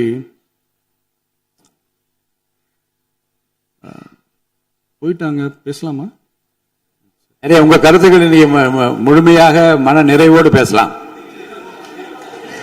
டிவியில் பார்ப்போம். சரி, அதான் 5 நிமிஷம் பேசுனதுக்கே கொளத்தூரி இந்த ஆட்டம் ஆயிடுச்சு. பேசுனா அப்புறம் என்ன பண்றது? கடைசியா நான் இந்த உரையை முடிக்கிறதுக்கு முன்னாடி ஒரு முக்கியமான ஒரு விஷயம் பத்தி சொல்லணும். ஆளுநர் உரை அன்னைக்கு இந்த தமிழ் தாய் வாழ்த்துக்கு அப்புறம் தேசிய கீதம் பாடினது தப்பு, தேசிய கீதம் 2 முறை பாடினது தப்பு, அப்படி ஒரு நிகழ்வு இதுக்கு முன்னாடி இந்த சட்டசபையில நடந்ததே கிடையாது, அந்த மரபையே மாத்திட்டீங்க, இப்படி ஒரு பெரிய ஒரு போர் மாதிரி எதிர்கட்சியை சார்ந்தவங்க எல்லாம் சொன்னாங்க இல்லையா? அந்த மாநில உரிமை போராளிகளை, அந்த மரபு காக்கிற உரிமை போராளிகளை ஒரே ஒரு கேள்விதான் கேட்கணும். 2021 ஆகஸ்ட் 2 ஞாபகம் இருக்கா? Centenary celebration of Tamil Nadu legislature. அந்த ஃபங்க்ஷன்ல நம்ம முன்னாள் முதலமைச்சர் கருணாநிதி அவர்களோட கலைஞர் அவர்களுடைய கலைஞர் அவர்களுடைய புகைப்படத்தை மாண்புமிகு குடியரசுத் தலைவர் திறந்து வைக்கிற ஒரு ஃபங்க்ஷன். அந்த ஃபங்க்ஷன்ல national anthem followed by Tamil Thai Vazhthu அப்படின்னு அறிவிச்சது ஞாபகம் இருக்கா? அதாவது தேசிய கீதத்துக்கு அப்புறமா இரண்டாவது முறையா, நோட் திஸ் பாயிண்ட் மாண்புமிகு பேரவைத் தலைவர் அவர்களே, பிளீஸ் நோட் திஸ் பாயிண்ட். தேசிய கீதத்துக்கு அப்புறம் இரண்டாவது முறையாக தமிழ் தாய் வாழ்த்து பாடப்படும் அப்படின்னு சொன்னது ஞாபகம் இருக்கா? அதுவும் முத்தமிழ் அறிஞர் அப்படின்னு சொல்ற நம்ம கலைஞர் அவர்களுடைய அந்த புகைப்படம் வெளியிட்டு விழாவில் அவர் இருந்த இதே சபையில தமிழ இரண்டாவது இடத்துக்கு தள்ளினது யாருன்னு ஞாபகம் இருக்கா? அது மட்டும் இல்ல, அந்த தேசிய கீதத்தை நாட்டுப்பண் நேஷனல் ஆந்தம்னு சொல்லி அதே ஃபங்க்ஷன்ல கடைசியா ஃபங்க்ஷன் முடியும் போது செகண்ட் டைம் தேசிய கீதம் பாடினதும் ஞாபகம் இருக்கா? இதே அவையில் தான், அது அவை குறிப்பிலும் இருக்கிறது, இதே அவையில் தான் நடைபெற்றது. இந்த தக்க நேரத்தில் இந்த ஆதாரங்களை அளித்த மாண்பு முதல் அவர்களுக்கு நன்றியை தெரிவித்துக் கொள்கிறேன். டவுட் இருந்தா இந்த புக்கை பார்த்து தெரிஞ்சுக்கலாம். அதனால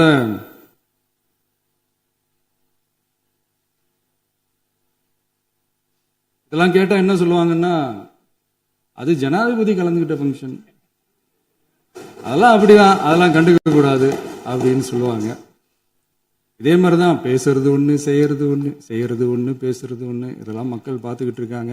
எலெக்ஷனுக்கு முன்னாடி தான் அப்படி செஞ்சுக்கிட்டு இருந்தாங்க. இப்ப எலெக்ஷனுக்கு அப்புறம் அதே தான் செய்யறாங்க. இந்த விஜயையும் சாமானியர்களின் உண்மையான சமூக நீதி அரசையும் அவமானப்படுத்துறதுக்கு தான் அவங்களோட அந்த பொலிட்டிக்கல் சீனியாரிட்டி அது பயன்படுத்துது போல. சரி, செய்யட்டும், நல்லா செய்யட்டும். இப்போ ஆனாலும் நம்மளுடைய மாநில உரிமை, மொழி உரிமை, உத்தமபுத்திரர் போல வேஷம் போடுற எதிர்கட்சிக்கு ஒன்றை மட்டும் ஆணித்தரமாக சொல்றோம். உங்களை மாதிரி தமிழ்னு சொல்லிக்கிட்டு, மொழி, பண்பாடு, கலாச்சாரம்னு சொல்லிக்கிட்டு ரெட்டை வேஷம் போடுறவங்க நாங்க கிடையாது. உலகெங்கும் வாழும் என் தமிழ் சொந்தங்களுக்கு நம்முடைய உத்தரவாதம் தமிழ் தான் எங்க உயிர் நாடி அப்படின்றத மறக்க மாட்டோம். இப்பவும் சொல்றோம், மாநில உரிமையில எப்பவும் உறுதியா இருப்போம். அதே சமயத்துல அரசியல் வேற, ஒன்றிய மாநில அரசுகளுக்கு இடையே இருக்கிற நிர்வாக அணுகுமுறை வேற. இதுல நாங்க ரொம்ப தெளிவா இருக்கிறோம். அதனால எங்களுக்கு பாடம் எடுக்கிறதா நினைச்சுக்கிட்டு உங்க வேஷத்தை நீங்களே கொஞ்சம் கொஞ்சமா கலைச்சுக்கிட்டே வர்றீங்க, மறந்துடாதீங்க. அப்புறம் நேத்து எதிர்கட்சி தலைவர், மாண்புமிகு எதிர்கட்சி தலைவர் பேசும்போது நிறைய பேசினாங்க. அதுல ஒண்ணு மட்டும், அரசு சொல்றதா நினைச்சுக்கிட்டு நம்மளை இன்டைரக்டா ஈவில் அப்படின்ற அந்த வார்த்தையை யூஸ் பண்ணாங்க. எனக்கு ஒண்ணுதான் சொல்லணும்னு தோணுது. ஈவில்ஸ்னு டெவில்ஸ் பேசக்கூடாது.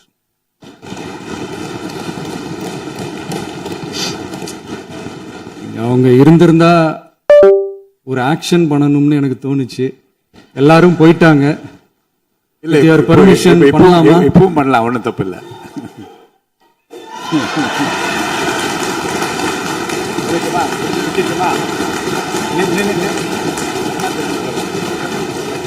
சொல்லட்டுமா?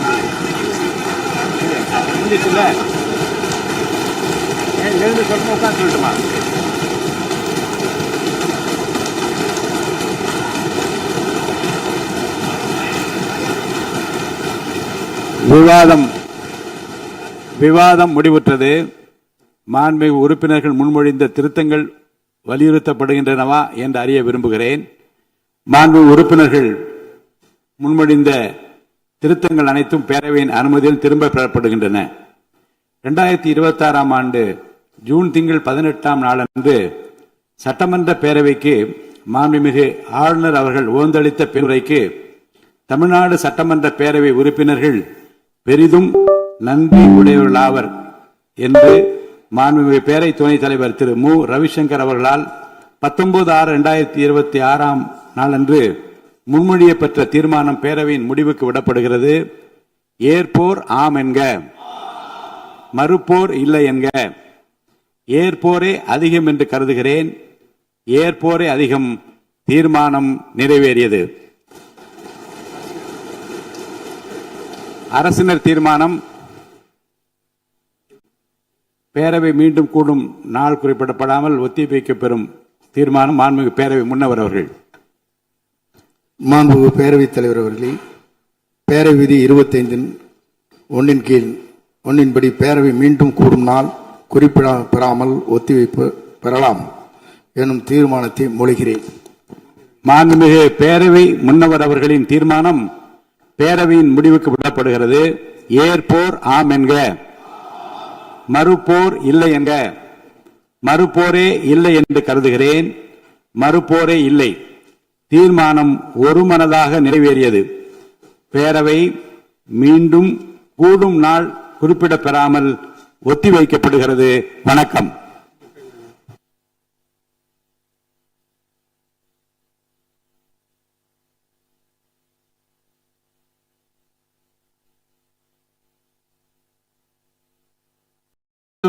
ஒவ்வொரு டிபார்ட்மெண்ட்லயும் போட்ட ஏராளமான ஓட்டைகளை அடைச்சிக்கிட்டு படிப்படியா மக்களுக்கு நல்லதையும் செஞ்சுக்கிட்டே வருவோம். அதனாலதான் நமக்கு எதிரா யார் யாரோ சேரவே மாட்டாங்கன்னு நினைச்சவங்க எல்லாம் ஒன்னா சேர்றாங்க. நம்ம ஆட்சிக்கு டேட்டு குறிக்கிறாங்க.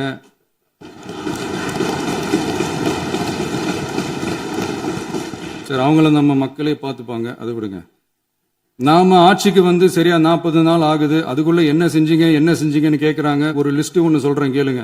பெண்கள் பாதுகாப்புக்காக சிங்கப்பெண் சிறப்பு படை, 200 யூனிட் வரை கட்டணமில்லா மின்சாரம், போதைப் பொருள் ஒழிப்புக்காக தனிப்படை, குறுவை நெல் சாகுபடியை ஊக்குவிப்பதற்காக 134.83 கோடி சிறப்பு தொகுப்பு திட்டம், வழிபாட்டு தலம், ஸ்கூல், பஸ் ஸ்டாண்டுன்னு அதுக்கு பக்கத்தில் இருக்கிற 717 மதுபான கடைகள் மூடப்பட்டன. அங்க வேலையில் இருந்தவர்களுக்கு வேறு கடைகளில் வேலை, கவனிக்கப்படாமல் விடப்பட்ட அம்மா உணவகங்கள் புதுப்பிக்கப்பட்டன. பத்திரப்பதிவு துறையில் பகல் கொள்ளைக்கு புல் ஸ்டாப் வைக்கப்பட்டுள்ளது. வருகையில்லா ஆவண பதிவு முறை கொண்டுவர உத்தேசிக்கப்பட்ட செயல்பாட்டில் உள்ளது. அரசு மற்றும் தனியார் மருத்துவமனையில் ஸ்கேன் மையங்களில் கருவுறுவதற்கு முன் மற்றும் பின் ஏற்படும் தவறுகளை கண்காணிக்கவும் மருத்துவ நிறுவனம் முறைப்படுத்தும் சட்ட விதிகள் பின்பற்றப்படுகிறதா என கண்காணிக்கவும் மருத்துவ மற்றும் ஊரக பணிகள் இயக்கத்தின் பயன்பாட்டிற்காக 40 புதிய வாகனங்கள் வழங்கப்பட்டுள்ளது. கூட்டுறவு வங்கியின் ஏழை எளிய மக்கள் வாங்கிய கடனுக்கு முதல் முத்தாய்ப்பாக ரூபாய் 2045 கோடி தள்ளுபடி வழங்கி ஆணையிடப்பட்டுள்ளது. ஒன்றிய அரசிடம்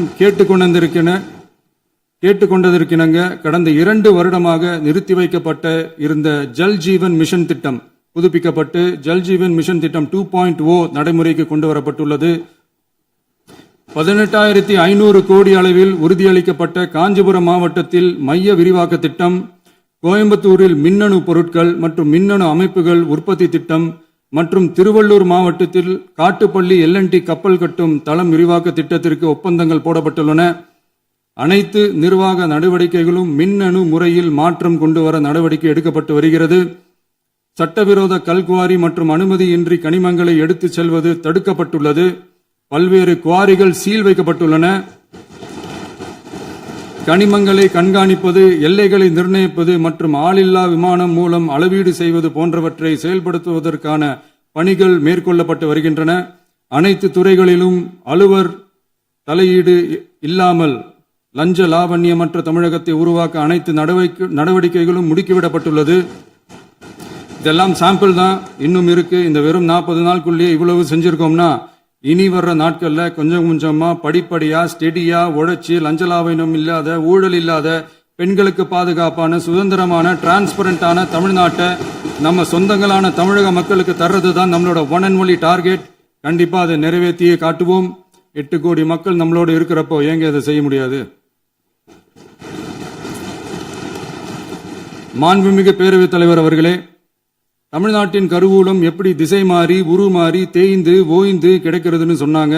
திசை மாறி உருமாறி தேய்ந்து ஓய்ந்துன்னு வசனம் மாதிரி ரைமிங்கா இல்லாம வளமான இலக்கியமா இதே சபையில பேசினவங்களோட திறமையான ஆட்சியில நடந்த நிதி மேலாண்மையை பத்தி வெள்ளை அறிக்கையா வெளியிட்டோம். வெள்ளை அறிக்கை வந்ததிலிருந்தே கண்ணை கட்டுதுங்க. அந்த காலத்துல தான் பிள்ளையோ பிள்ளை தொல்லையோ தொல்லைன்னு சொன்னாங்க. அதே மாதிரி தாங்க அவங்க ஆட்சியாலையும் அவங்களாலையும் இன்னைக்கு தமிழ்நாட்டுக்கே தொல்லையோ தொல்லை. இப்படி ஒரு நிலைமையை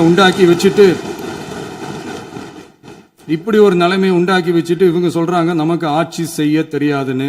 நம்ம அமைச்சர்களுக்கும் நம்ம சட்டமன்ற உறுப்பினர்களுக்கும் ஒன்னும் தெரியாதுன்னு. ஆமாங்க, எங்களுக்கு தெரியாதுதான். எங்க சட்டமன்ற உறுப்பினர்களுக்கும் அமைச்சர்களுக்கும் மக்கள் பணி செய்ய தெரிஞ்ச அளவுக்கு மக்கள் பணத்தை சுருட்ட தெரியாதுதான்.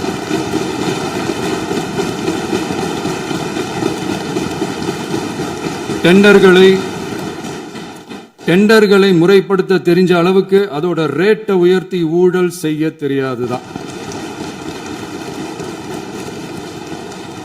பதவி உயர்வு வழங்கவும் பணி இடமாற்றம் கலந்தாய்வு நடத்தவும் தெரியுமே தவிர பதவி உயர்வுக்கும் பணியிட மாற்றத்திற்கும் பணம் பறிக்க தெரியாதுதான். புதிய பணியிடங்கள் உருவாக்க தெரியுமே தவிர அந்த பணியிடங்களை பணத்துக்கு விற்க தெரியாதுதான். கோயில்கள்ல நடக்கிற நிர்வாக சீர்கேட்டை தடுக்க நீங்க பேசுங்க, நீங்க கண்டிப்பா பண்ணுங்க. கோயில்கள்ல நடக்கிற நிர்வாக சீர்கேட்டை தடுக்க தெரியுமே தவிர கோயில் பணத்தை கொள்ளையடிக்க தெரியாதுதான். தங்கத்தை உருக்கி தாரை வார்க்க தெரியாதுதான். கனிம வளத்தை பாதுகாக்க தெரிஞ்ச அளவுக்கு கனிமத்தை வித்து கொள்ளையடிக்க தெரியாதுதான். அரசு வருமானத்தை அரசு கஜானாவுக்கு மாத்த தெரிஞ்ச அளவுக்கு அந்த பணத்தை தனிப்பட்ட கஜானாவுக்கு மடை மாத்த தெரியாதுதான். போதை கலாச்சாரத்தை தடுக்க தெரிஞ்சவங்களுக்கு போதை கலாச்சாரத்தை வளர்க்க தெரியாதுதான். நம்ம குடும்பத்தில் இருக்கிற பாட்டி, அம்மா, அக்கா, தங்கச்சி, குழந்தைங்களை, பெண்களை மதிக்க தெரிஞ்சவங்களுக்கு ஓசி பஸ், 1000 ரூபாய் கேஸ், இப்படிலாம் பேச தெரியாதுதான். எங்க உறுப்பினர்களுக்கும் அமைச்சர்களுக்கும் மக்கள் சேவை தெரிந்த அளவிற்கு சுயநல தேவையை செஞ்சிக்க தெரியாதுதான்.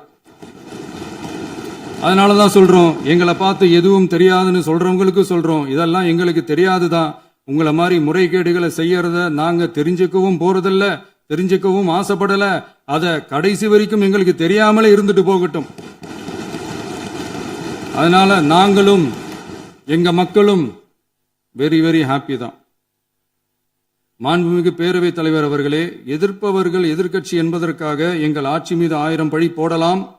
ஆனாலும் தமிழக மக்களுக்கு உண்மையை உணர்த்த வேண்டியது நம்மளோட கடமை. மின்வெட்டை பொறுத்தவரை தமிழ்நாடு மின்மிகை மாநிலமாக இருந்தாலும் கடந்த காலங்களில் ஏற்பட்ட நிர்வாக குளறுபடிகளும் மின்சார சாதனங்கள் மற்றும் மின் மாற்றிகளில் ஏற்படும் பழுதாலும் வேண்டுமென்றே சிலரின் நடவடிக்கைகளாலும் இந்த மின்வெட்டிற்கு காரணமாக உள்ளது. மின் விநியோக மீட்பு நடவடிக்கைகளை ஒருங்கிணைப்பதற்காக எதிர்பாராமல் இரவு நேரங்களில் ஏற்படும் மின் தடங்களை விரைந்து சரி செய்வதில் 10 உயர்மட்ட கண்காணிப்பு குழுக்கள் மற்றும் 125 சிறப்பு மின் தடை நீக்க ரோந்து வாகனங்கள் வழங்கப்பட்டு 24 மணி நேரமும் கண்காணிக்கப்படுகிறது. கூடுதலாக தற்போது 77 புதிய மின் தடை நீக்க மையங்களும் உருவாக்கப்பட்டுள்ளன. விரைவில் இந்த மின்வெட்டு நிலைமை அறவே நீக்கப்படும். மாண்புமிகு பேரவைத் தலைவர் அவர்களே, நம்ம விவசாயிகள் எல்லாரும் நம்மளை நல்லா புரிஞ்சுக்கிட்டு தமிழக வெற்றி கழகத்தை ஏத்துக்கிட்டாலும் எதிர்கட்சிகளோட தூண்டுதலால சில இடங்கள்ல சில போராட்டங்கள் நடக்குது. எதிர்கட்சிகள் என்னதான் சித்து வேலை செஞ்சாலும் விவசாய பெருமக்கள் எல்லாரும் நம்ம ஆட்சி அவங்களுக்கான ஆட்சி தான் நல்லா புரிஞ்சுதான் வச்சிருக்கிறாங்க. இந்த வருஷம் எல்னினோ விளைவா எப்பவும் இருக்கிறத விட இந்த டைம் மழை குறையுங்கிறதையும் நம்ம விவசாயிகள் உணர்ந்துதான் இருப்பாங்க. இருந்தாலும் நம்ம அரசு நம்ம விவசாயிகளோட வாழ்வாதாரத்துக்காக பக்கபலமாகவும் உறுதியாகவும் துணை நிற்கும்ங்கிறத தெரிவிச்சுக்கிறோம். நம்ம தமிழகத்தில் ஏற்கனவே நடந்த அதி அற்புதமான சூப்பரான நிர்வாக திறன் கொண்ட 50 வருஷ அரசியல் அனுபவம் கொண்ட 2.0, 3.0, 4.0 பல 0.0 மாடல் ஆட்சி நடத்த கனவு கண்டவங்களோட அட்டகாசமான ஆட்சிக்காரங்க பல்வேறு விதமான நிதி நெருக்கடியை நம்ம மக்களுக்கும் நமக்கும் பரிசா கொடுத்துட்டு போய் இருந்தாலும் கூட்டுறவு வங்கிகளின் மூலம் 75,000 வரை பயிர்கடன் பெற்று குறு சிறு இதர பெரு விவசாயிகளுக்கு 100% முழுமையான பயிர்கடன் தள்ளுபடியும் 75,000க்கு மேல் கடன் பெற்றவர்களுக்கு குறைந்தபட்சமாக 35,000 பண பயன் கிடைக்கும் அளவிற்கு மொத்தம் 14,43,504 விவசாயிகளுக்கு ரூபாய் 5,932.23 கோடி பயிர்க்கடன் தள்ளுபடி வழங்கப்பட்டுள்ளது. மாண்புமிகு பேரவைத் தலைவர் அவர்களே, நாம ஒன்றியத்தில் கூட்டுறவு கூட்டாட்சி, மாநிலத்தில் சுயாட்சி என்ற கொள்கையை கொண்டவங்க தான் ஏற்கனவே அறிவிச்சிருக்கிறோம். தற்போதைய ஒன்றிய அரசு சார்ந்த கட்சியுடன் அரசியலில் கொள்கை அளவில் நேர் எதிராக நிக்கிறவங்க தான் நாம. அதே சமயத்தில் எதுக்கெடுத்தாலும் கண்ணை மூடிக்கிட்டு ஒன்றிய அரசோட மோதல் போக்கை விரும்புறவங்க நாம இல்ல. நமக்கு எப்பவுமே தமிழகத்தின் வளர்ச்சி மட்டும்தான் முக்கியம். அதுக்காக நம்மளோட அரசியல் ரீதியான கொள்கைகளையோ மாநில உரிமைகளையோ கொஞ்சம் கூட விட்டு கொடுக்கவே மாட்டோம். அதுல ரொம்ப தெளிவாகவும் உறுதியாகவும் இருக்கிறோம். இனியும் இப்படித்தான் இருப்போம். அதுல ஒருபோதும் மாற்றமே இருக்காது. அதனால இதுல யாரு திசை திருப்ப வேலையில் ஈடுபட்டாலும் அவங்க எல்லாரும் மக்கள் மத்தியில் தோற்பது உறுதி. எனவே நம்ம மக்களுக்கோ சிறுபான்மை சகோதரர்களுக்கோ நம்ம ஆதரவு இயக்கங்களுக்கோ எந்தவித சந்தேகமும் வேண்டாம். நாம் யாரோட டீமும் இல்ல. நாம எப்பவுமே பியூரான பீப்புள்ஸ் டீம். இன்னும் சொல்ல போனா நாம secular team, social justice team. மாண்புமிகு பேரவைத் தலைவர் அவர்களே, அரசு விழாக்கள், கல்வி நிறுவனங்கள் மற்றும் பல அதிகாரப்பூர்வ நிகழ்ச்சிகளோட தொடக்கத்துல நம்ம தமிழ்தாய் வாழ்த்த பாடுறதுதான் வழக்கமா இருக்கு. தமிழ்தாய் வாழ்த்த பொறுத்த வரைக்கும் நம் அரசு இதுல நம்மளோட உறுதியான நிலைப்பாட்டை ஒன்றிய அரசுக்கு மிக தெளிவா தெரிவிச்சிருக்கு. அது இல்லாம இதில் மாநில அரசின் கொள்கைக்கு ஏற்ப ஒன்றிய அரசின் அறிவிக்கையில் திருத்தம் மேற்கொள்ள கோரிக்கையும் விடுக்கப்பட்டுள்ளது. நீட் தேர்வை பொறுத்தவரை கிராமப்புற மற்றும் பொருளாதார ரீதியாக பின்தங்கிய மாணவர்களுக்கு சமமான வாய்ப்பை வழங்குவதில்லை. மருத்துவ கல்வியில் சமூக நீதி மற்றும் சம வாய்ப்பை நீட் பாதிக்கிறது என்பதை உணர்கிறோம். எனவே மருத்துவ படிப்புகளுக்கான சேர்க்கையை 12ஆம் வகுப்பு மதிப்பெண்களின் அடிப்படையில் நடத்த வேண்டும் என்று நமது அரசு வலியுறுத்தி வருகிறது. மத்திய அரசிடம் நீட்டிலிருந்து தமிழ்நாட்டிற்கு விலக்கு வழங்க வேண்டும் என்று கோரிக்கை விடுத்துள்ளது. மாண்புமிகு பேரவைத் தலைவர் அவர்களே, பேரறிஞர் அண்ணா அவர்கள் தலைமையிலான அரசு 1968இல் இருமொழி கொள்கையை நடைமுறைப்படுத்தியது. தமிழ் ஆட்சி மொழி, தமிழ் மொழியை பாதுகாப்பது, மாணவர்களுக்கு ஆங்கிலத்தின் மூலம் உலக அளவிலான வாய்ப்புகளை வழங்குவது, எந்த ஒரு மொழியையும் கட்டாயமாக திணிப்பதை தவிர்ப்பது மற்றும் எதிர்ப்பது, நிலத்தின் மொழி மற்றும் பண்பாட்டு அடையாளத்தை பேணுவது என்பதை நம் தமிழக வெற்றிக் கழக ஆட்சி ஏற்றுக்கொண்டுள்ளது. எனவே தமிழ்நாட்டில் தமிழ் ஆட்சி மொழி மற்றும் இருமொழி கொள்கை என்பதில் நமக்கு மாற்று கருத்தே இல்லை.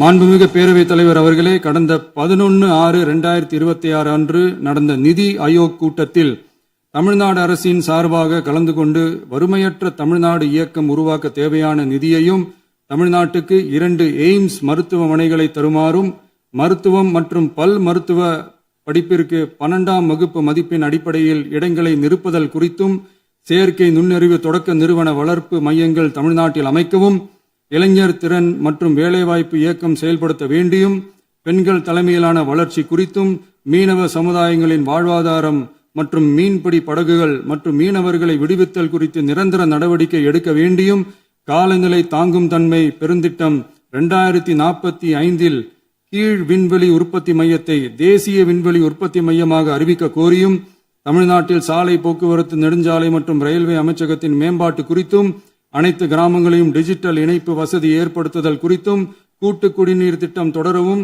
அரசின் விழாக்களில் தமிழ்தாய் வாழ்த்துக்கான முதலிடத்திற்கான கோரிக்கையும், மேகதாது அணை கட்டுமான நிறுத்தத்தை உறுதிப்படுத்தவும், மாநிலத்தின் மீது மும்மொழி கொள்கையை வற்புறுத்தாமல் புதிய கல்விக் கொள்கையை திணிக்காமல் தமிழகத்திற்கான கல்வித் தொகை ரூபாய் 3284 கோடியை விடுவிக்க கோரியும், ஆண்டுதோறும் 5 லட்சம் இளைஞர்களுக்கு உதவித் தொகையுடன் கூடிய பணியினை தொழில்நுட்ப பயிற்சி வழங்க ஒத்துழைப்பு வழங்குமாறும், ஒகேனக்கல் 3ஆம் கட்ட கூட்டு குடிநீர் திட்டத்திற்கான நிதி ரூபாய் 2283.40 விடுவிக்கவும், வேலை வாய்ப்பு மற்றும் வாழ்வாதாரத்துக்கான உத்தரவாத திட்டத்தின் கீழ் வேலை வாய்ப்புகளை உருவாக்க உடனடி நடவடிக்கை மேற்கொள்ள வேண்டியும் மற்றும் திருக்குறளை தேசிய இலக்கியமாக அறிவிக்குமாறும் தமிழ்நாடு சார்பில் பேசியுள்ளோம் என்பதை தெரிவித்துக் கொள்கிறோம். மாண்புமிகு பேரவைத் தலைவர் அவர்களே, அண்டை மாநிலங்களுடனான நட்புறவு ஒரு மாநிலத்தின் வளர்ச்சிக்கும் நாட்டின் ஒற்றுமைக்கும் மிகவும் அவசியமானது. தமிழ்நாடு தனது அண்டை மாநிலங்களுடன் நதி நீர் பங்கீடு, பொருளாதாரம், கல்வி, கலாச்சாரம் மற்றும் போக்குவரத்து துறைகளில் நல்லுறவை பேணி வருகிறது. பரஸ்பர மரியாதை, ஒத்துழைப்பு மற்றும் கூட்டாட்சி தத்துவத்தின் அடிப்படையில் அண்டை மாநிலங்களுடனான நட்புறவை வலுப்படுத்தவும் நமது ஆட்சியில் காக்கப்படுகிறது. மாண்புமிகு பேரவைத் தலைவர் அவர்களே, சட்டம் ஒழுங்கை பத்தி பேச்சு வந்தது. சட்டம் ஒழுங்கு சரியா இருக்கணும் அப்படின்றதுல எங்களுக்கு மாற்று கருத்தே கிடையாது. கண்டிப்பா லா அண்ட் ஆர்டர் கரெக்டா இருக்கணும், கரெக்டா இருக்கும், இருக்க வைப்போம். அதே மாதிரி பெண்கள் பாதிக்கப்படுறதையும் இங்க யாராலையும் சகிச்சுக்கவே முடியாது. அதுக்கான கடுமையான நடவடிக்கைகள் நம்ம அரசு எடுத்துக்கிட்டு இருக்கிறோம். இந்த சிங்கப்பெண் சிறப்பு அதிரடிப்படை கூட அதுக்கான ஒரு ஃபர்ஸ்ட் ஸ்டெப் தான். அதே மாதிரி இந்த போதைப் பொருள் நடமாட்டம் அதை கண்ட்ரோல் பண்றதுக்கும் நம்ம அரசு கடுமையான நடவடிக்கைகள் எடுத்துக்கிட்டு இருக்கிறோம். அதையும் கண்டினியூ பண்ணி எடுப்போம். மாண்புமிகு பேரவைத் தலைவர் அவர்களே, இப்ப நான் சொன்ன இந்த பிரச்சனைகள்லாம் 2026 போன மாசம் மே மாசம் 10ஆம் தேதி புதுசா வந்துடல. இதெல்லாம் பல வருஷமா இருக்கிற பிரச்சனைகள் தான், பல வருஷமா கண்டுக்காம விட்ட பிரச்சனைகள் தான். இன்னைக்கு எதிர்கட்சிக்காரங்க அதை பத்தி கேட்கும் போது எனக்கு அது அக்கறையா தெரியல, அவதூறு அரசியலா தான் தெரியுது, பழி போடுற அரசியலா தான் தெரியுது. இப்படி அவதூறு பழி போடுறவங்களை பார்த்து ஒன்னே ஒன்று தான் கேட்கணும்னு தோணுது. கடந்த 9-10 மாசமா நம்ம ஸ்டேட்ல சட்டம் ஒழுங்கு டிஜிபியே இல்லை. சட்டம் ஒழுங்கு டிஜிபியை போடுங்கன்னு சொல்லி எல்லாம் ஊஞ்சி போயிட்டோம். போன ஆட்சியில் நடந்ததுக்கெல்லாம் இப்பதான் விடையை கண்டுபிடிக்கிறோம் நம்ம ஆட்சியில்.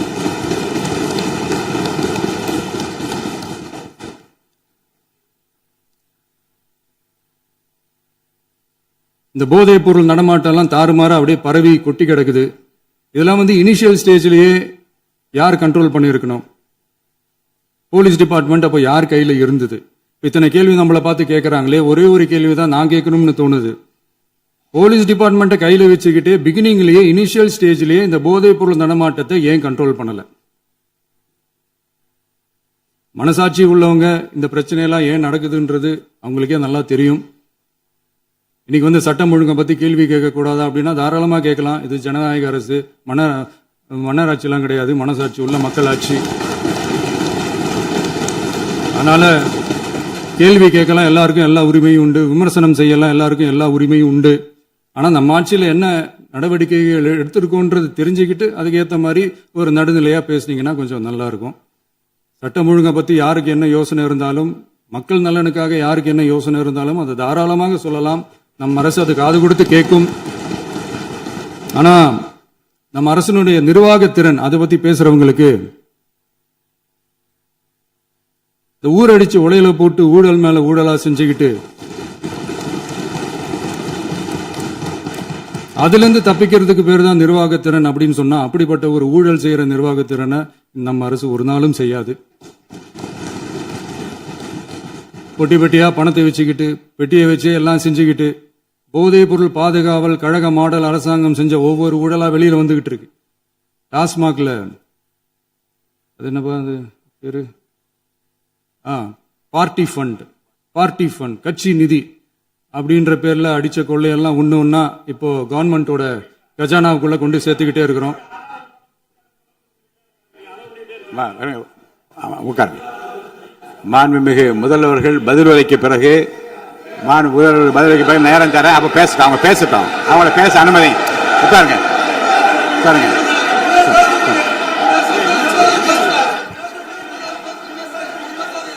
மாண்புமிகு அலோவ் பண்றேன் உட்காருங்க. மாண்பு உறுப்பினர்கள் நீங்க இங்க உட்காருங்க, அமைதியா உட்காரு. நீங்க எல்லாம் உட்காருங்க. உட்காருங்க. மாண்புமிகு நீங்க எல்லாரும் உட்காருங்க. அமைதியா உட்காருங்க. இருங்க, உட்காருங்க. அப்புறம் நீங்க என்ன உட்காருங்க, நான் கொடுப்பேன். உட்காருங்க, நான் பாயிண்ட் ஆஃப் ஆர்டர் கொடுங்க, நான் கொடுக்குறேன். உட்காருங்க.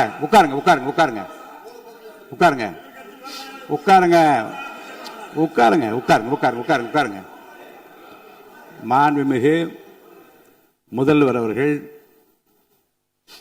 கோர்வையாக நிதானமாக சொல்லிக்கொண்டே இருக்கிறார். நீங்க குறிப்பெடுத்து வைத்துக் கொள்ளுங்கள். பேசி முடித்தவுடன் நான் உங்களுக்கு அவகாசம் தருகிறேன். நீங்க ஒண்ணு சொல்லுங்க, என்ன என்பது நீங்க சொல்லுங்க. உங்க சொல்லுகிற வாய்ப்பை நான் உங்களுக்கு தருகிறேன். இப்பொழுது மாண்புமிகு முதலமைச்சர் உங்கள் உரையை தொடரலாம்.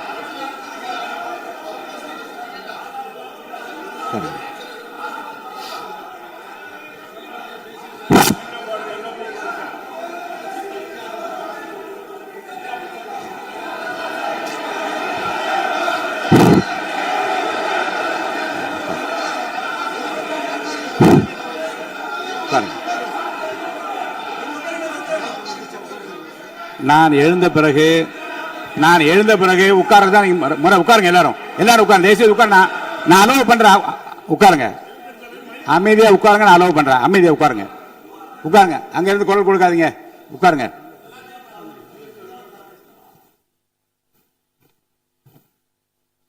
இனிமையான இந்த விவாதத்தில் இதுவரை குறுக்கீடுகள் இல்லாமல்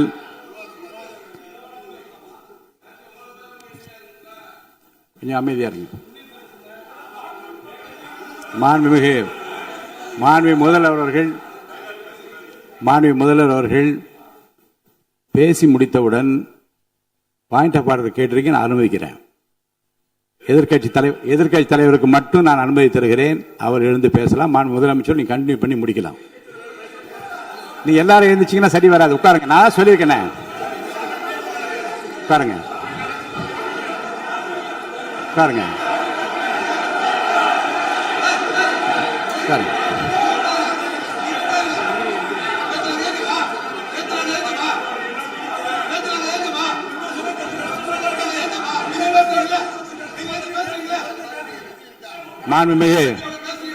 மாண்பு உறுப்பினர் அமைதி காக்க வேண்டும். நேற்று எதிர்க்கட்சி தலைவர் பேசுகிற போதும் அவர் பேசுகிற எல்லாவற்றுக்கும் நான் அனுமதி அளித்தேன். அதில் பாயிண்ட் ஆஃப் கேளுங்க. அந்த விவாதத்தில் கேளுங்க. இப்போதும் மாண்புமிகு முதலமைச்சர் அவர் பேசி முடித்த பிறகு நான் உங்களுக்கு அதுக்குரிய அவகாசம் தருகிறேன். நீங்க கேள்வி கேளுங்க. கேட்கிற உரிமையும் விளக்கத்தை பெற்றுக்கொள்ள உரிமை உங்களுக்கு இருக்கிறது. அதற்கு அவகாசம் நான் தருகிறேன்.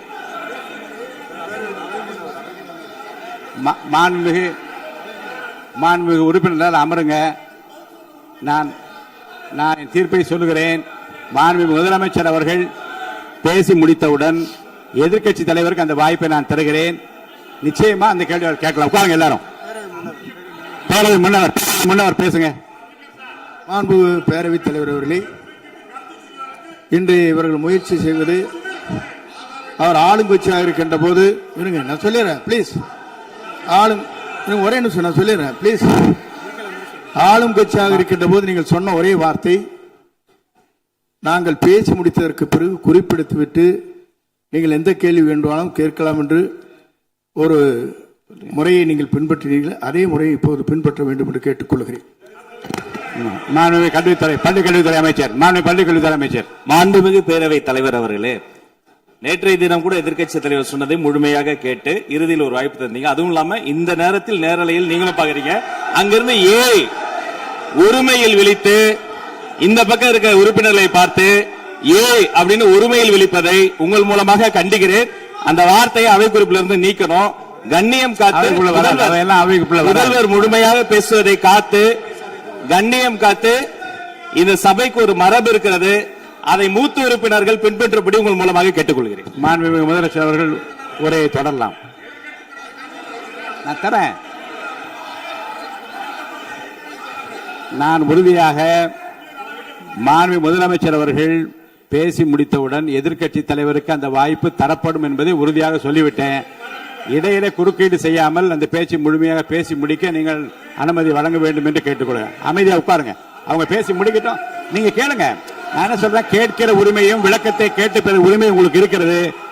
ஆனா இடையிலே குறுக்கீடு செய்யாமல் அதை முடிக்கும்படி நான் கேட்டுக்கொள்கிறேன். மாண்புமிகு முதலமைச்சர் அவர்கள் தொடர்ந்து நீங்க பேசலாம்.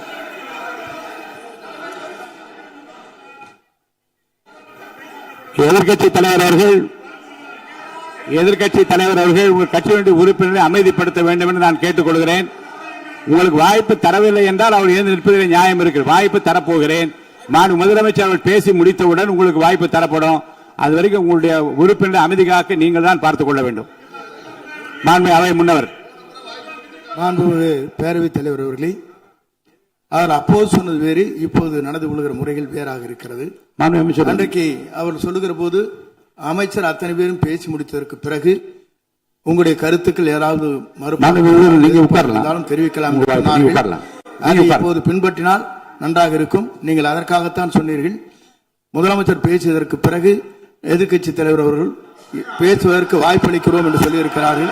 ஆகவே அந்த வாய்ப்பை நீங்கள் இல்ல அது பதில் சொல்லணும்னு கேட்டிருக்காங்க. பதில் சொல்லணும் சொல்லியிருக்காங்க. பதில் சொல்லினா தாங்க பிரச்சனை. இல்ல அப்படி இல்ல. ஆகவே இல்ல நேற்றைய தினம் நீங்கள் அப்படி பேசிக் கொண்டது ஆறாவது இல்ல நேற்றைய தினம் உங்கள் பேசுகிற போது ஆறாவது குறுக்கிட்டார்களா? நீங்கள் பேசுகிற போது யாருமே